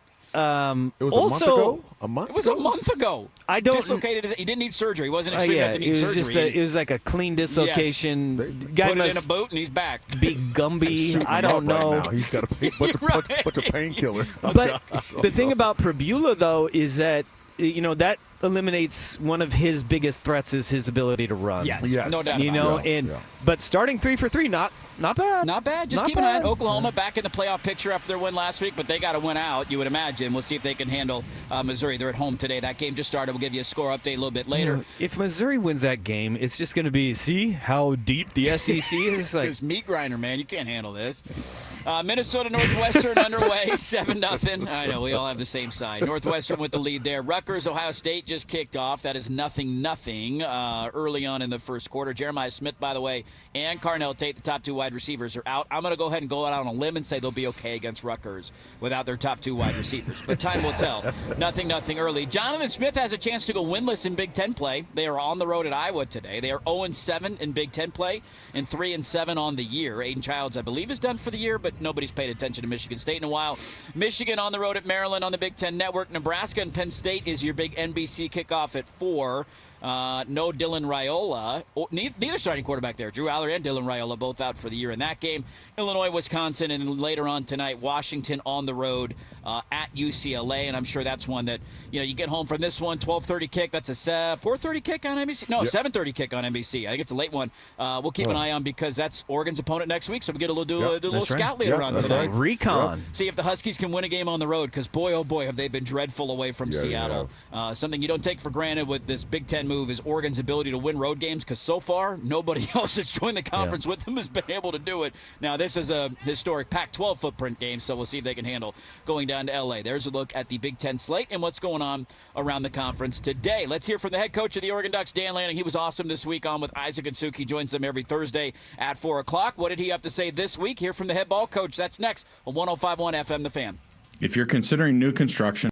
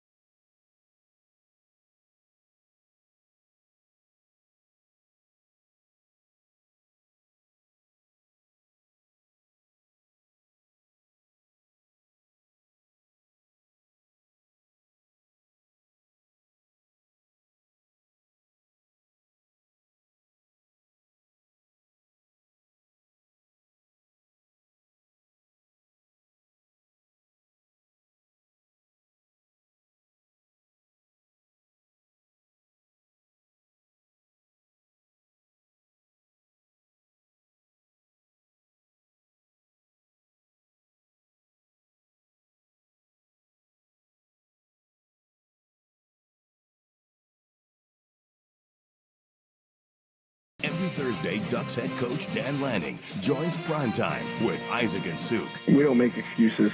No, it was we were good to go. It was a fun game to play. It's the Coach's Corner, brought to you by Philbrook Law, Accident and Injury Lawyers, your local law team. Touchdown, Oregon! Coors Light presents Ducks Game Day on the Fan Sports Network, 105.1, 1080, and the Odyssey app. This is Dan Lanning, Oregon football coach with us here on the Fan. Let's talk about USC. I guess just generic question, what makes their offense so good?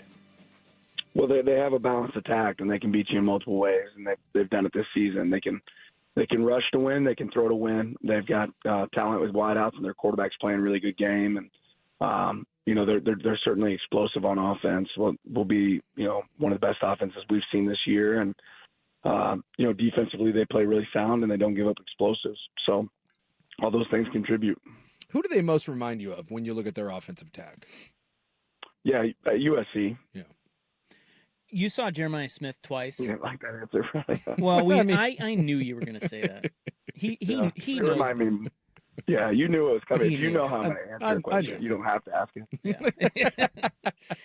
Yeah. So you saw Jeremiah Smith a couple times last season. Certainly two different archetypes of receivers. But can you compare the challenges of defending Smith to the challenges of defending this guy, Mekhi Lemon? Yeah. Anytime you have a game-changing wideout, you're trying to ask yourself, how do you figure out a way to isolate that person, remove them from the game plan? It's tough when you play good offenses to move those people around, and Mekhi's a guy that moves around a bunch in the slot and can line up in all different locations on the field. Jacoby Lane, no different, two different wideouts in how they do things, but they're both really good players. Thank you, and we will talk to you next week. All right, appreciate you guys. Have a good one. Dan Lanning on Primetime, brought to you by Philbrook Law. Other lawyers fight for clicks. Philbrook Law fights for wins. Philbrook Law, Accident and Injury Lawyers, your local law team. Bellagio's Pizza, a Northwest favorite since 1996. This is Mike Barrett. We love that they're locally owned and operated, and that it's the best pizza, of course. Here's an Oregon college football game day deal. Place your order before the start of the third quarter and get a large cheese or one topping, small cheese sticks, and a 2-liter of soda for $25. Take advantage of that and feed your crew during the game.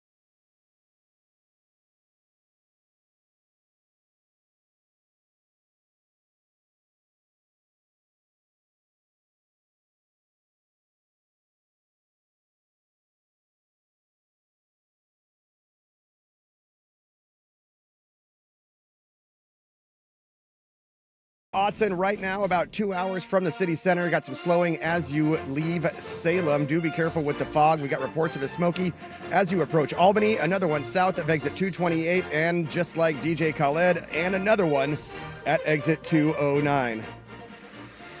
It's currently 39 and foggy here in Portland. Fog should burn off around the afternoon. Then the sun should peak out a bit. Going to have a high of 47. In Eugene, it is 38 and cloudy. For the 12:30 kick, 44 degrees, partly cloudy, should stay dry, almost no wind. I'm Jeff Rust with Ducks Game Day traffic and weather every 10 minutes. Time for the latest on the lifeblood of a football program. Who is on campus for a visit? Oregon has really put their hooks in the Northwest. Suddenly, this class looks like it could be very, very special. Where are their Ducks making traction on the recruiting trail? Coffee's for closers only. It's the Recruiting Report with Andrew Nimick. Coors Light presents Ducks Game Day on the Fan Sports Network, 105.1, 1080, and the Odyssey app. All right, let's talk some recruiting with our recruiting insider, Andrew Nimick. You can hear his West Coast Bias podcast that he does with Souk. Check him out on Twitter at Andrew Nimick, and he's on The Fan every Thursday night, 7 to 8 p.m. Nimick, good morning to you. Happy Oregon Ducks Game Day. Now, I ask a lot of these throughout the year, and you usually tell me, Dirt, you're an idiot. That doesn't have anything to do with recruiting. Is this one different? USC is in town. We know they got the number one class. That's more of a quantity over quality thing, and Lanning would say we want the quality over the quantity. Does this one have a ripple effect in the outcome of the game in terms of West Coast recruiting? I think it might. I'd give it another extra 5%, right? Like, it feels very much like USC is in a place where they could be turning a corner into college football playoff relevance with a win over Oregon. If you're Oregon, you win this game, you keep USC out of the playoff picture and yourself firmly in the playoff picture. I think that matters because this does feel like a USC team in a Lincoln Riley tenure that isn't exactly going swimmingly. And it hasn't for a few years. Again, I think they're in an upwards trajectory, but if you can kind of push them back down in front of a bunch of your recruits less than a month until signing day, I think that's a big deal for West Coast recruiting in 2027. Do I think it's going to change the landscape of recruiting as we know it? No, but I'll give it a little more juice than a normal matchup. And again, if you're going to ask me 5 or 6 times, I have to tell you yes one time. So this is the time I'll say, yeah, it's totally different. Thank you for asking. Let's go. Hey, shoot or shoot, baby. I take my shot every week. You never know when the answer is going to be yes. Now, I've seen the list seems pretty impressive. And not only, I mean, you look at the royalty that is in town this week, right? Like Madison Beer might be walking around the sideline of Autzen Stadium today. But let's talk about the guys who might play at Oregon. This seems like a pretty deep list, and Oregon has built up to this moment late in the season where there's not a lot of other big games around the sport, and they got a lot of kids in town today. I think the biggest thing here is really before signing day, you want your top kids, especially your top kids who might potentially be cross-country commits who are looking around. You want them at home. You want them close to home. One last feel of what this is all about and what Austin's all about.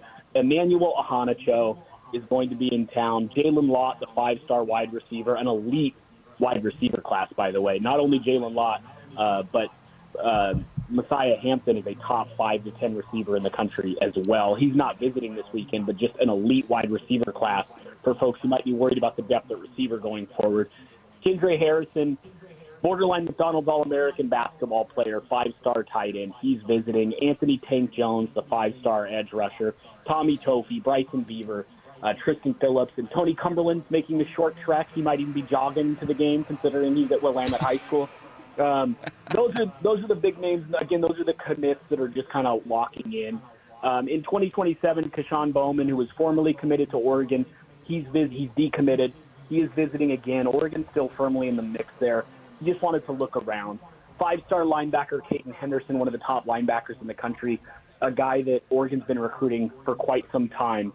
And then a whole host of 4-star guys from 2027. I will spare you a long list of names, the number 7 this, the number 8 this, the number 3 this. But it's a really, really quality list for both 26 and 27.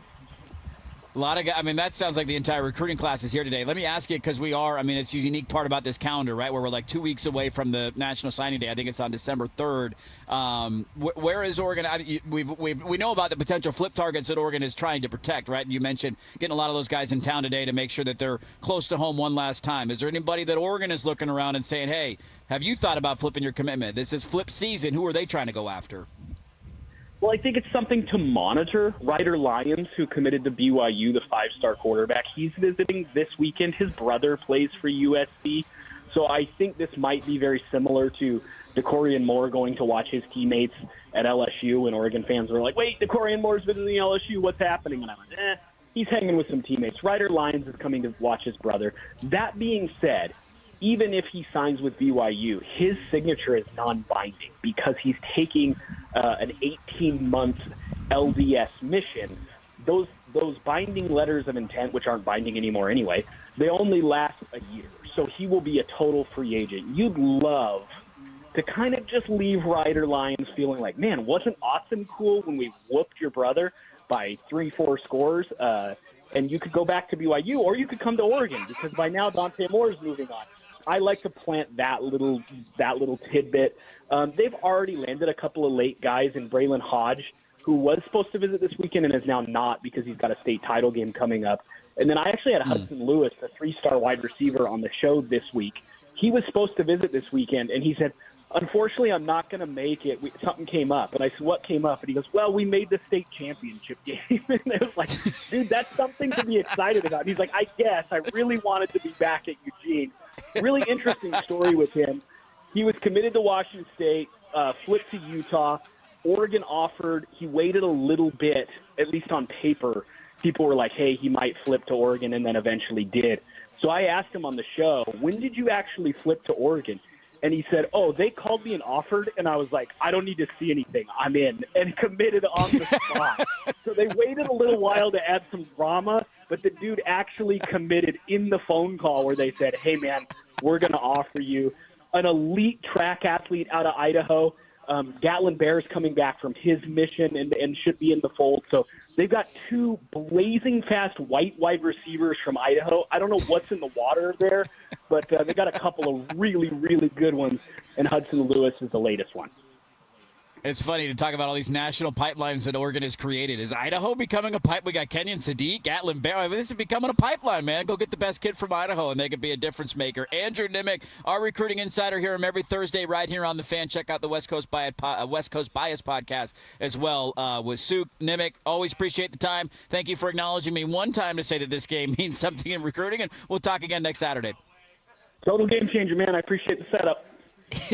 There you go, Andrew Nimick, our recruiting insider. Big one for Oregon. Almost the entire list of commits is in town today as Oregon takes on USC. USC has been trending in the right direction. In terms of recruiting, they have the number one class in the country. It should be noted that's more of a quantity over quality thing. USC has something like 35 commits. Oregon only has 18. Of their 18 commits, 5 of them are 5-star recruits right now. I mean, they have like 5 of the best 40 players in the country committed, and they're trying to flip some other kids potentially to add to that list. And so remarkable what they're doing in that category, and it's been going very well for Dan Lanning. Let's reset things. We got one more hour to go. We're live down at Autzen Stadium. Still one more hour. You're going to hear from Mike Jorgensen. We'll get to our injury report coming up in a little bit. You're going to hear from Joey Harrington. Still a lot to get to live down at Autzen Stadium, but now it's time for Ducks Game Day traffic and weather every 10 minutes. Here's Jeff Rust. Drive time creeping up down to Autzen Stadium. Now we're about 2 hours and 5 minutes from the city center. A good stretch of slowing as you pass through Salem, continuing past exit 244. Do be careful with the fog out there. We got reports of a smoky south of exit 216. It is 39 and foggy here in Portland. The fog should burn off by the afternoon. Then the sun likely to peek out a little bit at least. Going to have a high of 47 in Eugene. It is 38 and cloudy for the 12:30 kick. 44 degrees, partly cloudy, should stay dry with almost zero wind. I'm Jeff Rust with Ducks Game Day traffic and weather every 10 minutes. Time for the second half. Live from Autzen Stadium, Coors Light presents Ducks Game Day. Coors Light, choose chill, celebrate responsibly. Today, we talk with our pads. It's Hill who goes in motion. This time giving it to Davison up the middle, and there he goes. Cut it inside. 20, all the way to the 15, to the 10. Touchdown!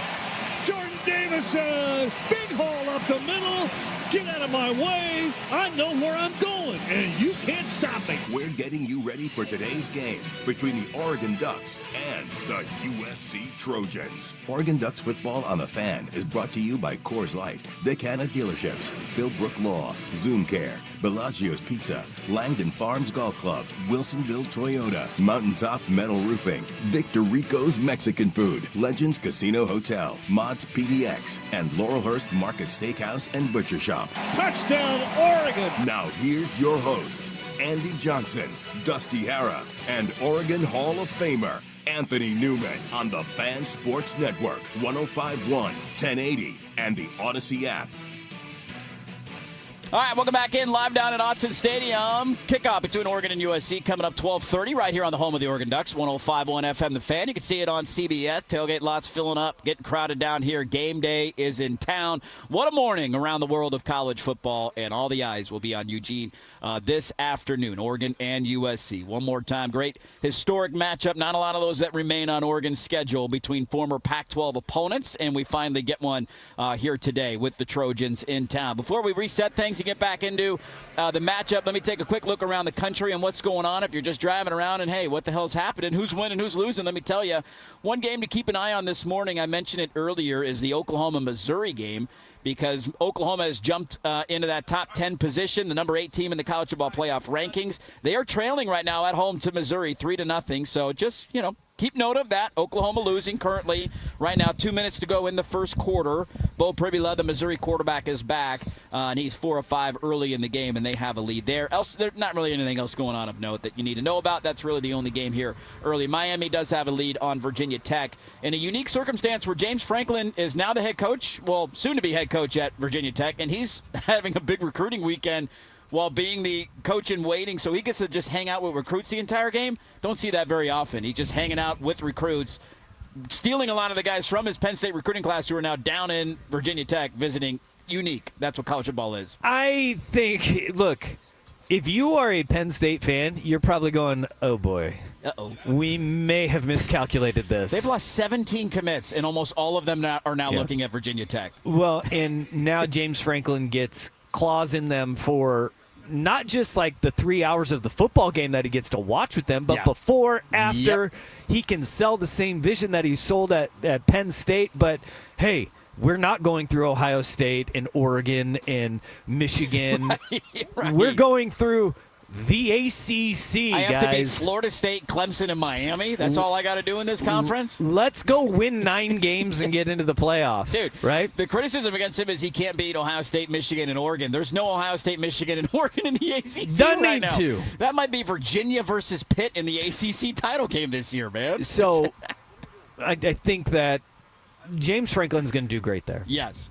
And he is perfect for Virginia Tech, and I hope he has success there because I have nothing against James Franklin. I think he does things largely the right way. Seems like a genuinely good dude. Yeah, and so, a testament to that is 17 guys decommitting from Penn State when he got fired. Mm-hmm. Also, what happens when the portal opens up and the current players at Penn State say, all right, let's go. We're Hokies now. Yeah. That is likely going to happen to them. Yeah. So, I don't know. Well, Ohio State has already scored. Okay, that's not going to We take have long. that. Yeah, they're going to beat Rutgers. They're That's up going to happen today. 7-0. Hour number 2 of Ducks Game Day on the Fan, as always, brought to you by Frost Brewed Coors Light, the world's most refreshing beer. It is chilly. It is cold. It's a perfect day for football. USC is in town, and everybody's getting amped up. Tailgate lots filling up. It is packed down here, baby. Northwestern is beating Minnesota 10-0 right now. That's a quality win right there for the Ducks.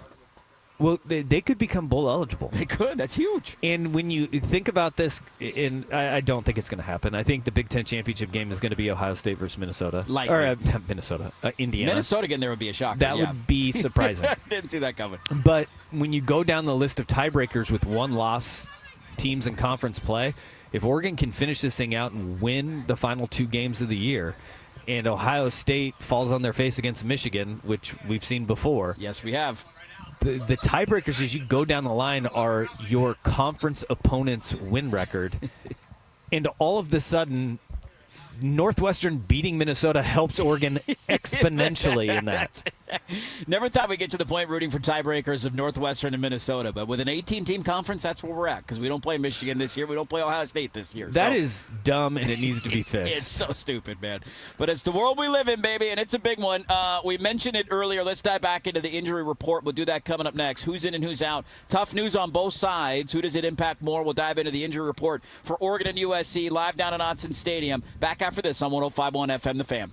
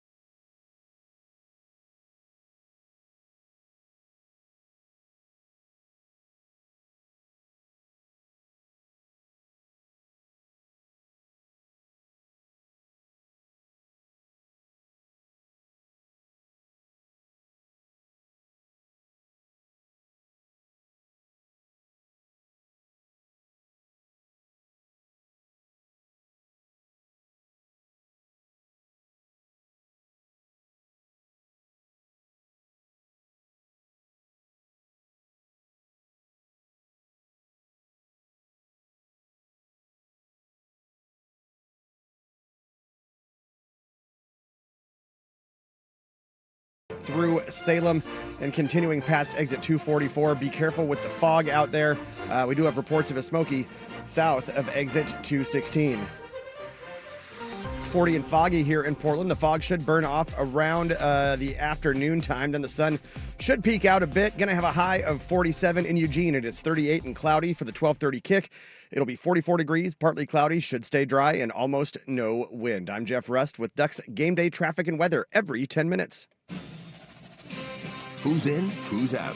This is the Injury Report, brought to you by Zoom Care, with clinics near you. Zoom Care offers same-day appointments when you need them, even on evenings and weekends. Insurance accepted, including Medicare. ZoomCare.com. Yeah, I'm not going to talk about injuries. Coors Light presents Ducks Game Day on the Fan Sports Network, 105.1, 1080, and the Odyssey app. All right, welcome back in live down in Autzen Stadium. Friendly faces walking around. It's game day, baby. Everybody's feeling good. Oregon and USC coming up 12:30. I'll tell you what, these fans, it looks like they're going to be feeling real good. Yeah. It's going to be loud today. I've seen full liquor stores walking by with some of these fans. Personal liquor stores going to their tailgate spots. Smokes! Boxes, personal fifths. What do you need, baby? Yeah. You're going to be light the fires, and what do they know? Kick the tires, light the fires. Kick the tires and light the fires. You have to stay warm. You got it. That's right. Yeah. Get that liquid blanket going, man. Holy Duck fans are ready to go smokes. today. 12:30 kick. Should be a lot of fun. Let's dive into the injury report. What do we know? The reporting earlier this morning is that Oregon will be without DeCorian Moore and Gary Bryant once again today against USC. So Oregon now back-to-back games. You know, DeCorian didn't play against Iowa. Gary goes down, second drive of the game. So essentially that entire game, no Gary Bryant. They weren't in the lineup last week. So once again, Oregon's had a couple of weeks now to kind of figure this out. What do they want their game plan to look like? Those are the two big ones to keep an eye on for Oregon, and they are both out, according to Matt Zenitz at 24/7 Sports. And on the other side, we mentioned this earlier, both USC starting safeties, Bishop Fitzgerald, and Kamari Ramsey, appear unlikely to play today, as well as their left tackle, Elijah Page. They are not hopeful that he will be able to play, although it sounds like he might go through a pregame warm-up, but not counting on him being in the lineup. So Oregon shorthanded at wide receiver, USC coming in without a couple of safeties, and maybe their starting left tackle. And this is that next man up mentality. How big of a game is this for Kenyon Sadiq today, knowing that your top two wide receivers are both out good again this afternoon and leaning on that tight end here today, like they did last Friday? Well, also knowing that USC doesn't have both of their safeties in the game. So now it's time to take advantage of the backup. Who is the backup guy coming in to cover Sadiq? But yet Sadiq is the type of guy that he does everything for this offense. You think about it. I mean, he blocks. Okay, he runs routes. He's blocking down the field. He may carry the ball as a running back. I mean, I would put him in the backfield from time to time. Say goal line, especially. Goal line. It's Mini Hulk playing football. Yeah. I mean, he's a guy that's very important in this offense. I don't think he's Mini Hulk. I think he's the size of actual Hulk. Yeah. He might be bigger than Hulk, huh? But it's fun watching him play the game. He's the type of guy that he's out there having fun. Yeah. He's just flying around, and whatever it takes, if I need to block somebody or I need to catch the ball, I need to dive in the end zone for a touchdown, let's do it. And it's if you had more guys like that he doesn't care what they do, just help a team win. Because he's not thinking about himself. He's thinking about the team. Yeah. That's the type of guy he is. And just to think of, I talked about it earlier, gravity of Kenyon Sadiq, the attention that he requires, right? There is a gravitational pull from a defense to him where eyes and attention got to be on where number 18 is because of the matchup issues that he does create. Now, we saw Dante Moore had an effective game throwing the football, and he went to Sadiq quite a bit. But if you go back and you watch that game, the middle of the field, Dante Moore was operating in more so than he had been in weeks previous. Yeah. That is one part. Minnesota not very good. But the real part of it is that Kenyon Sadiq, when you garner the attention of a safety and a linebacker, and they're looking at him on one side of the field, we saw over routes, crossing routes by receivers where Jeremiah McClellan, Malik Benson, both of those guys, and Jamari Johnson, all three of those guys had catches crossing the field because Kenyon Sadiq is garnering that attention, and it pulls space between where the gaps in a zone should be filled. Yeah. And that is the important thing, especially when you have two safeties that are unfamiliar and not their top-end guys. Yeah, Jamari Johnson really has turned into an unsung hero for this offense too, man. He was massive against Iowa. CD couldn't play in that game, so they were even more shorthanded, and he was big again last week, their number 2 target outside of Sadiq. So those 2 tight ends, man, they're playing some good football right now, getting the job done, and they'll need to do it again today because Oregon's going to be without Gary Bryant and DeCorian Moore. But USC down their 2 starting safeties and potentially their starting left tackle. The injury report brought to you by Zoom Care. More than 20 neighborhood clinics in Oregon and Southwest Washington. Zoom Care offers convenient access to same-day urgent and emergency care, plus an expanded primary care team. Currently accepting new patients. Schedule or learn more at zoomcare.com. It is time for another loss. Who's ready for the Legends Casino Hotel Lock of the Week? That is next on 105.1 FM The Fan. Looking for an unforgettable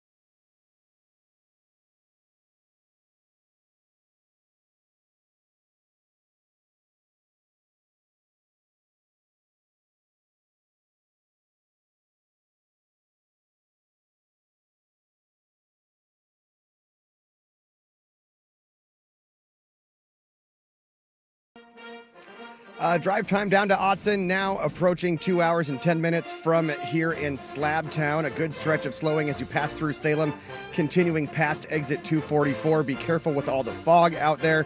Got reports of Smokies as you pass the Aurora Airport. Another one south of exit 228. Another one north of exit 216. And again, as you roll into Eugene. It is 40 and foggy here in Portland. The fog should burn off around the afternoon. Then the sun will peak out a bit. Going to have a high of 47 in Eugene. 38 and cloudy for the 12:30 kick. It'll be 44 degrees, partly cloudy, should stay dry, almost no wind. I'm Jeff Rust with Ducks Game Day traffic and weather every 10 minutes. It's time for winners. The Lock of the Week. And here's the handoff. Whittington 10, 5, touchdown, no Whittington. Where our hosts share their picks of the week. Brought to you by Legends Casino Hotel in Toppenish, Washington. Within winning distance. Coors Light presents Ducks Game Day on the Fan Sports Network, 105.1, 1080, and the Odyssey app. All right, welcome back in. Look, I've thought about, I'm on such a historic bad streak right now. Yeah. I contemplated for this segment taking USC, knowing that it would not win, because then that would guarantee an Oregon win. But I'm not going to test the gods that way. I can't do that. So we just go down swinging. I haven't found a win in about 6 months. Dusty found one last week because he faded me. I'm going to give you one. We give you winners one way or the other. We're going to give you a winner one way or the other. So stay tuned for Dusty's Lock of the Week in a moment. I'll give you my not Lock of the Week. And my not Lock of the Week this week is potentially a look-ahead spot. They got a big one next week. They're alive in the playoff chase right now. I don't know if you guys saw this. The SEC releases their injury reports a little bit earlier. The Big Ten doesn't do it until right before kickoff. 2 hours before So kick. we'll find out all the guys who are in and out, but we know a few according to national sources. But SEC does it earlier in the week. Kentucky's list, Kentucky's playing on the road at Vanderbilt this week. I'm not kidding you. It looked like it was 4 pages long. They played like 7 games in a row, and they're without basically half of their roster. It's a dead team walking. Vanderbilt needs to win to stay alive in the playoff chase. Vanderbilt minus 8.5 at home, baby. Let's go! Go ahead, Dusty. Go ahead. Kentucky plus 8.5. Hey, that is your lock of the week, baby. I got nothing, man. I can't find a win. Go ahead. God, how good was that 3-0 start, though? That 3-0 start was fun, wasn't it? That was a long time ago. That was the good old days, man. The good old days. That was a long time ago. I was back in my prime. I was picking winners every week, man. It was easy to do. Not anymore. Oh, my God. Lock of the week brought to you by Legends Casino Hotel in Toppenish. Legends Casino Hotel within winning distance online, legendscasino.com. I think after how bad I've been in this segment, we need to call our fine friends at Legends and be like, we need to come up with a new name. Dirt's Loss of the Week. Dirt's not giving us your money of the week. We'll come up with a new segment name here because this is not the lock of the week, and I'd like to apologize to Legends for that. You're becoming a legend in this regard, in the wrong way. Direction. Let's dive back into this matchup. Oregon and USC coming up 12:30 right here on the home of the Ducks, 105.1 FM. The Fan, some other angles that we're looking for. We'll dive into that coming up next. You're going to hear from Joey Harrington in a bit, and of course Mike Jorgensen will stop by in just a matter of minutes. So we're still having fun down here at Otson. Back after this on the Fan. The hardest part about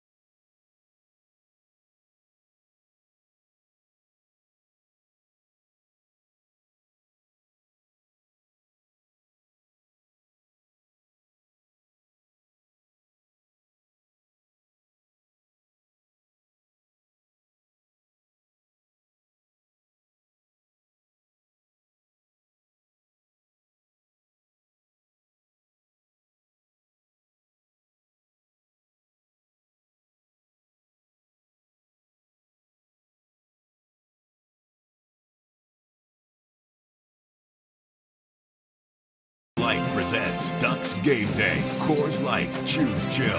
Celebrate responsibly on the Fan Sports Network, 105.1, 1080, and the Odyssey app.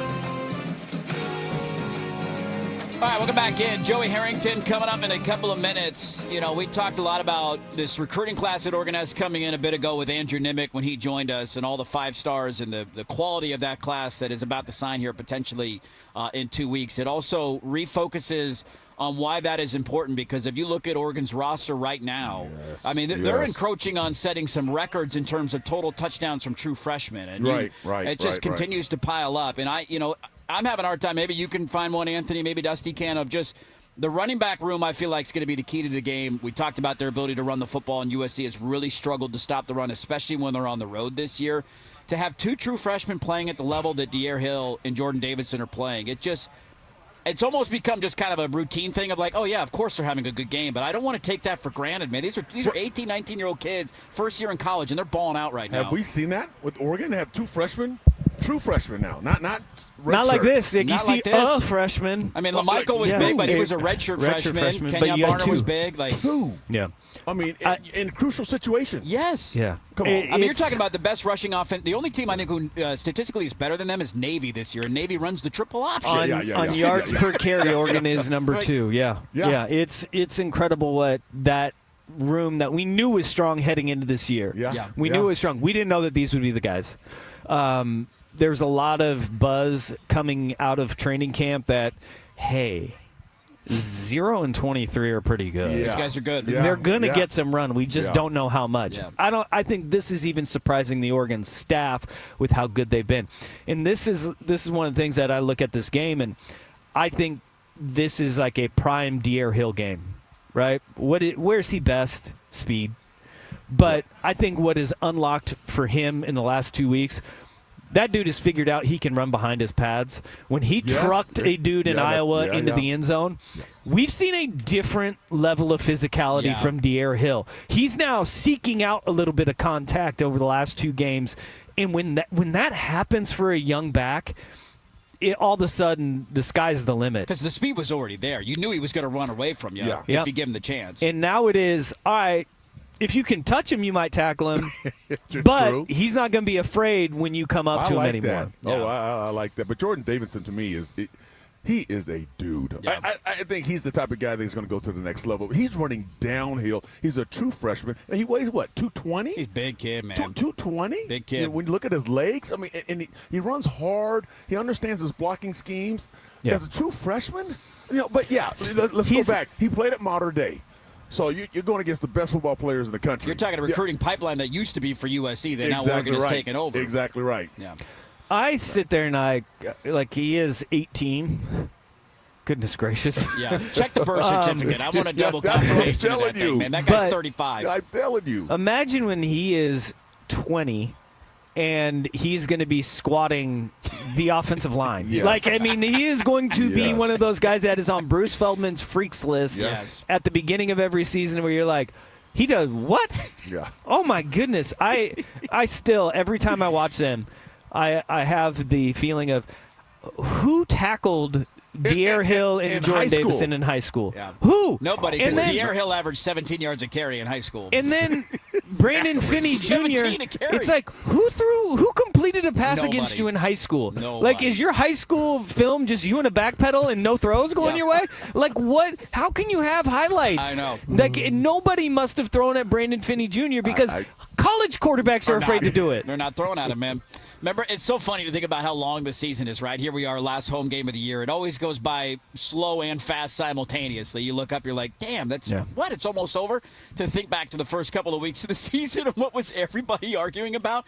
Hey, why isn't Mekhi Hughes getting carries? Remember that? I've had people texting me like all caps in the first half of the Montana State game. Where the hell is Mekhi Hughes? Yeah. And I remember we all kind of said like, hey, this staff knows what they're doing. Maybe the other guys are just pretty good. And now we look up at the end of the year and they got a 3-headed monster. How about that run Whittington had, which almost ended in a disaster last week with the fumble going into the goal line. Hold on to that damn football.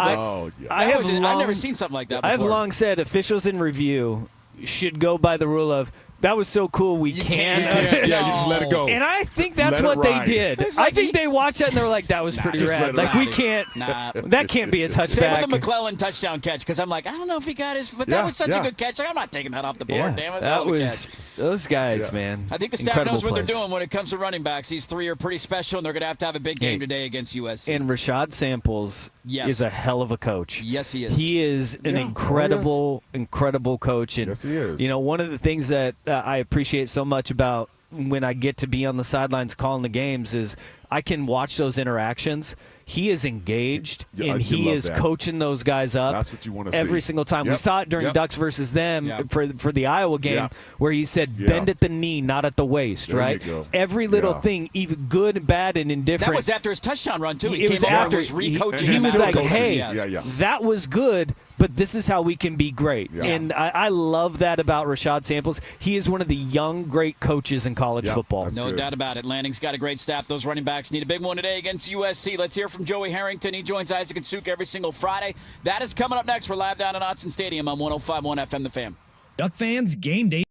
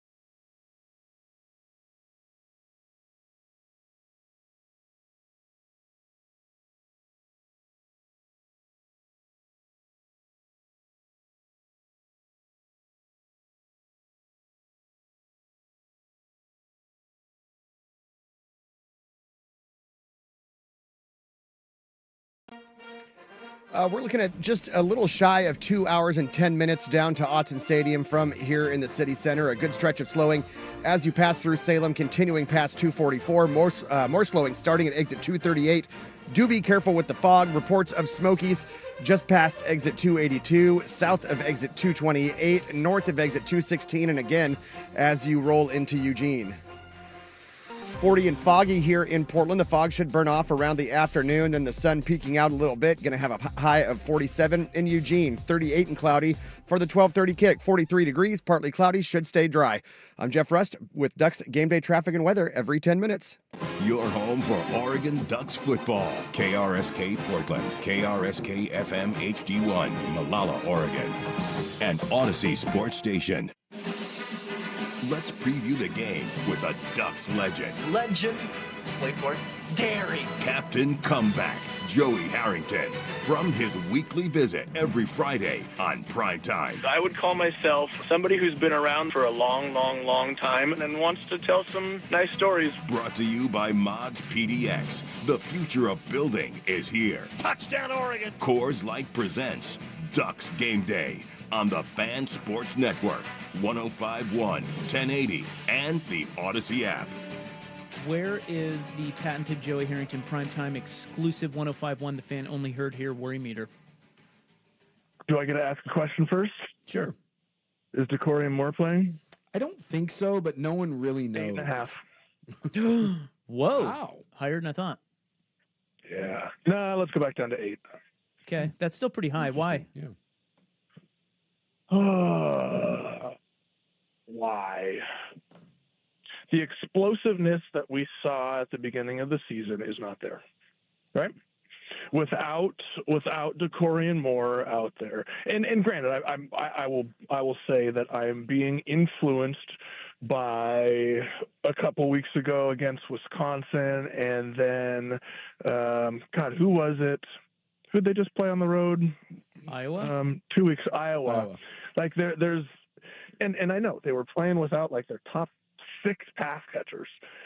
You know, no Sadiq, no Decorian Moore, Brian Kitzer. I mean, it was rough. That being said, Dante was incredibly efficient, like as efficient as I have seen. But efficiency doesn't, how do I put this? It's that November thing, right? You can be efficient and you can play steady and you can be sitting there at the end. We lose him to the soccer gods? Never know what to, like what's that? Well, you cut out there. We lost you to the soccer gods for a minute. But right before the soccer gods. Okay. Well, so my point is it's November. Yeah. And I'm trying to figure out where these explosive plays are going to come from without Decorian Moore. Right. Right. And so when you're playing a team like USC, who are they consistent? No, but they can explode. Like that's always their MO. It just makes me nervous. It makes me nervous in this time of November football. Yeah, especially if you're getting down into the red zone. Yeah. Yep. You're running it on them, and then you're just kicking field goals. Yep. Yeah. Yeah, this is what we talked about, having that difference maker, right? This is what Oregon was missing last year against Ohio State when they had Jeremiah Smith, right? And we had that difference maker, and now we don't. And so I'm a little nervous. I am. All right. We'll talk to you next week. Thank you, sir. Bye, friends. All right. Safe travels. That's Joey Harrington here, courtesy of Mods PDX. The future of building is here. At Dick Hanna, we know that buying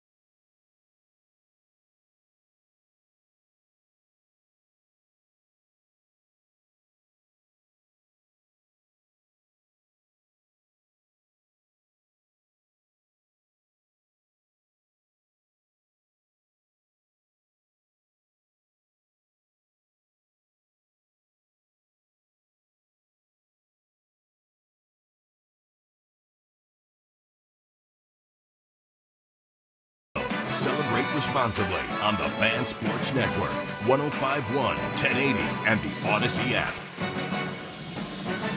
All right, welcome back in. Mike Jorgensen coming up in a moment. We'll hear from the color analyst of the Ducks, probably in shorts because he's a psycho, just like Dan Lanning is. But we'll see what Jorgie's got on today. That's in a few moments. Let's take a quick look around some scores around the country. Miami continues to lead Virginia Tech 14-3 there, nearing the end of the first half, and they're driving. Looks like Miami will get out alive. A game that I just got my eyes on because I think it has playoff implications. It's the only other notable game, at least for me, nationally today, Missouri and Oklahoma. That game is still 3-0. Missouri has the lead on Oklahoma. 7 minutes to go in the first half, and Oklahoma really struggling offensively. They have, with 7 minutes to go in the second quarter.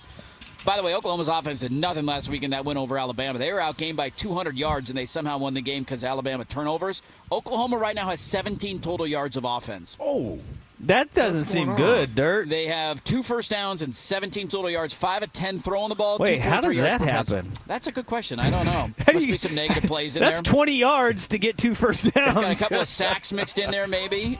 Jorgie's here. He's got shorts on. He's ready. That's a quick score update. Oh, by the way, Ohio State and Rutgers, 7-3. Right now. 7-3. Uh-oh. Keep an eye on it. There you go. There's some scores from around the country. Let's talk to the Field color goals analyst. don't beat Ohio State. Gotta have 7s, baby. Gotta have 7s. The color analyst of the Oregon Ducks, Mike Jorgensen, is next, but now it's time for Ducks Game Day traffic and weather every 10 minutes. Here's Jeff Ross. Drive time down to Autzen now, a little shy of 2 hours and 10 minutes from here in Slabtown. A good stretch of slowing as you pass through Salem, continuing past exit 244. More slowing, starting at exit 238. Watch out for the fog out there. Smokies just past exit 282. Another one south of exit 234. Over in weather, it's 40 and foggy here in Portland. The fog should burn off around the afternoon, then the sun should peek out a little bit. Going to have a high of 47 in Eugene. It is 38 and cloudy. As for the 12:30 kick, 43 partly cloudy. I'm Jeff Rust with Ducks Game Day traffic and weather every 10 minutes. All right, folks. This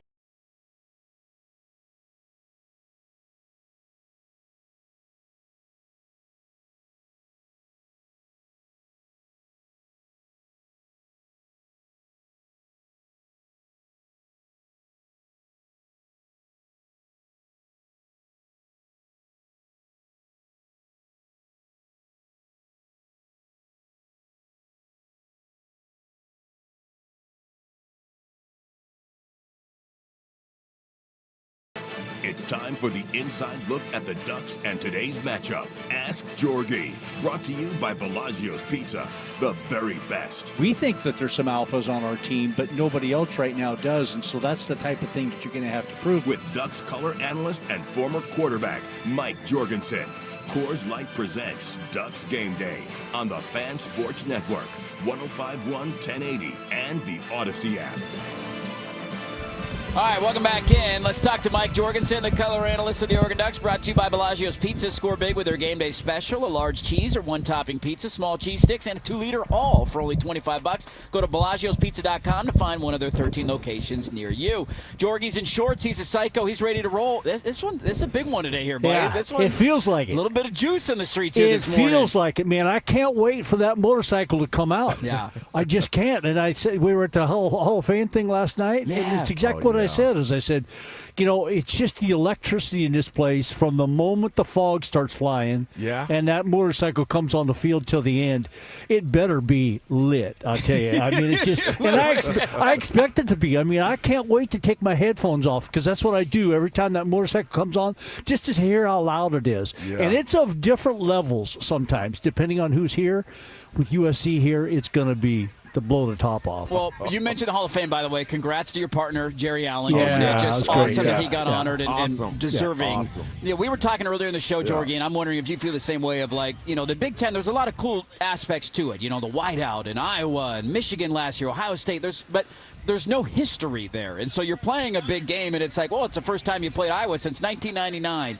it just feels different because we all know USC, and we got USC memories, and it's been a great West Coast rivalry for a long time, and I'm wondering if that's adding to a little bit of the vibe around town where, not that Indiana wasn't a big game, because it was. We knew it going in. There just wasn't that shared history. There's shared history with this one today. Yeah, big time. And these two teams going at the recruiting trail, too. Oh, yeah. I mean, it's intense when they get after each other. And it obviously USC is not what they used to be 20 years ago, but they're on the right track in the way that they're playing this year. And You that's what kick makes them it back down. Yeah. I mean, it's like I was telling Jerry when we were up there here just a little bit ago. I said, it's interesting. You look down on the field and you see the Big Ten logo, and it's a rivalry game today. It's a Venmo rivalry game is what it says. It's like, when did this become a rivalry? Well, it became a rivalry because at one time we wanted to be USC. We wanted to be Washington, as good as they were, as painful as it sounds to say that about Washington anyway.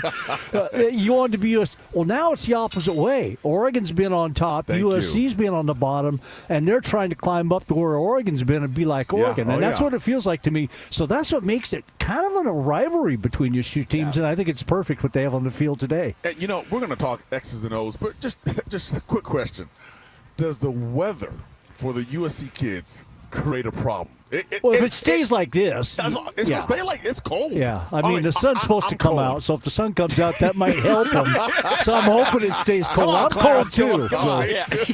You're an Ontario boy and you're cold, man. They're down in Southern California. It's 75 degrees. You're practicing in 75 degrees on grass. It's cold. Yeah, it's turf. It's hard. The ball's hard. Yeah. It changes a little. It does. I'm just trying to find an advantage. No, sure. it does, Anthony. It really does. I mean, especially when USC does throwing, and when they don't travel well. They have not traveled well. Now, they're staying on the left coast, so that certainly helps them. Just like Washington going to UCLA, it helps having to go up and down the coast versus going due east. And I think that maybe helps USC that way, but they've not played well on the road, and so it's little things like 45-degree temperature that sometimes feels like it's 35. That might change things a little bit, and it's Oregon's ruggedness in the middle. I think that's going to help out with that cold temperature, tough, the way that they've played versus USC. Talk about Go ahead. Talk Mike. about the running game now for Oregon. How important is that in this game when you have an offensive USC that can score a lot of points? Yeah, keep them off the field. It's huge. I mean, I do, Anthony, think it's one of those ones as much as USC played one of those Big Ten type of games last week with Iowa. I mean, they can hang their hat on that now that it felt like the rock'em sock'em robots like Oregon at Iowa a couple weeks ago.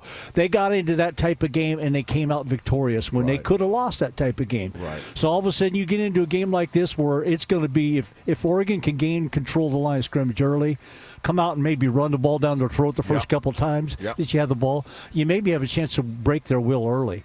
But and so USC's got to hang in there to me. They can defend the pass. They got good athletes. They always have good athletes on both sides of the ball. But if you can win the trenches early, especially with your running game, I think it's advantage Oregon. Well, and then we saw this team, and it sounds like the reporting this morning that Gary Bryant and DeCorian Moore won't be in the lineup again today. But that's something that they've now been able to game plan for, right? It's not Iowa kind of springs on you last second. Uh-oh, what are we going to do? That was part of the plan. And then last week, going in, and I thought the offense looked totally different with a week to prepare for that. I'm curious what you thought of the way that it was finally a breakout game for Sadiq, who's been banged up. He's had big plays, but all of a sudden he's a number one option. They were putting him in different spots, three tight ends out to empty, just kind of what you saw from them, and then Jamari Johnson and Kenyon Sadiq and how they can help in that passing game. Yeah, I mean, when you come out in a 12 and a 13, with the tailback and three tight ends or two tight ends that are really athletic. In fact, I'm really shocked with, and my fault, and I'd like to apologize to Jamari Johnson. Yes. He's a good player, man. He's a stud. He's been used. He's got some speed. He's got some quicks. He's not high, just he's tall. Yeah. I mean, so all of a sudden you feel like you got tight end bodies. You got tight ends in a wide receiver body. And sometimes you get that matchup, and Will Stein did a great job of it last week where he got guys in matchups. Original set in the backfield looked like they were going to be in a heavy set to block for a run, and all of a sudden they shift out of it and they go into a pass formation. You got linebackers on those guys, and as a quarterback, your eyes are just lighting up at the line of scrimmage going, oh my God, look my God. And so having that type of advantage, again, you need guys like Benson to come up big today. You need guys like Jeremiah McClellan to come up big today, because if those guys can perform and they're getting more and more confidence, that just helps your tight ends be that much more open. And, I look for USC to probably try to bracket Sadiq a little bit and take your chances on the outside with the guys in one-on-one, play a single high safety, defend the run. I mean, that's what they got to do. Let's see if they can do it. Now, this is, I mentioned, a game with that shared history and the back and forth over the years. You got a favorite USC memory? You've been doing this a long time. There's a lot of good ones. Yeah, I mean, it's the Fright Night game. For me, 2009. It felt like a changing of the guard. You finally kicked that door down. Something different about that. We were talking about that upstairs, too. There were a couple of people that were working for the university came in and said, now tell me about the Fright Night game, because they hadn't lived here long enough. And that was the one that really kind of stuck out. Game Day was here. Game Day actually was here at the stadium instead of over on campus, and that was kind of neat. And it was Halloween and all the different stuff that went with it. It was one of those memories that you never forget. Yeah, that was a great one, man. The Matthew Harper pick in 2007, there's just, the shared history between these two teams. It's going to be a fun one today. Have a great call. Keep the legs warm. Okay, we got some leg warmers down there. You guys got me fired up. You got me warmed up. Got your juices going. Got me juiced up, man. Well, you got to run about a half mile to get over here, so that kind of gets the blood pumping a little bit. Right. Have a great call, Jorgie. We'll see you up in the booth in a little bit. We're back after this on 105.1 FM The Fan. Say hello to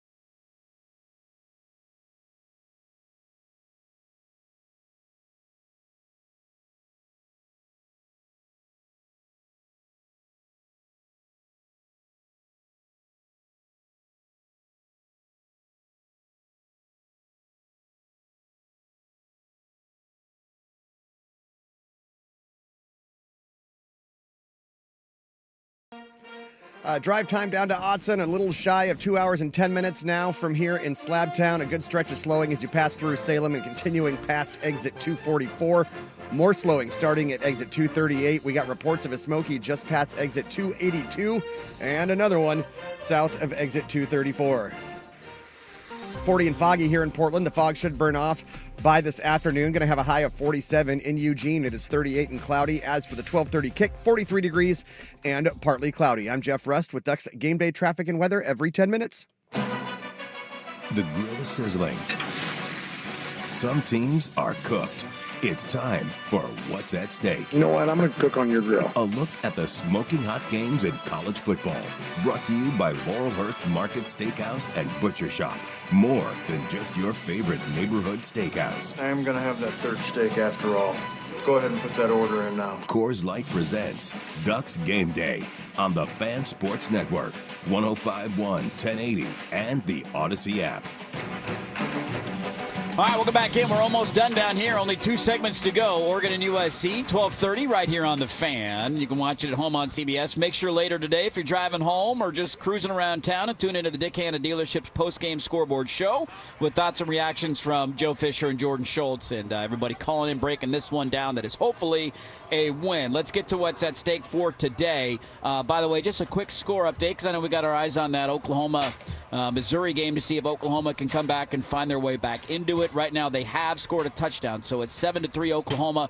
They got the lead currently, and interesting one with Rutgers and Ohio State, still 7-3, almost at halftime in Columbus. So might have a bit of a dogfight on our hands in Columbus between the Buckeyes and the Scarlet Knights. I mean, what's at stake, man? This one, it's West Coast dominance. It's West Coast superiority. It's college football playoff. It's all on the line today. But that's what I think you want to put yourself in a position to feel that pressure and have a game like it, because it means that you've had a great season and there's something on the line today. And the recruiting is huge. I mean, if, you need those 5 stars. You need those 4 stars. They're the future. Yeah. And this is a game that on the West Coast, kids are either coming to USC or Oregon, and modern day you're getting kids out of their neighborhood. That's huge. But if UFC wins this game, they can keep those kids there. Make the argument, hey, look at us. We're beating Oregon now. Exactly right. Yeah. So it's huge with the recruiting. Yeah, it's a big one, man. And USC is trying to get back into the mix in the college football playoff and on that recruiting landscape, as you point out. And so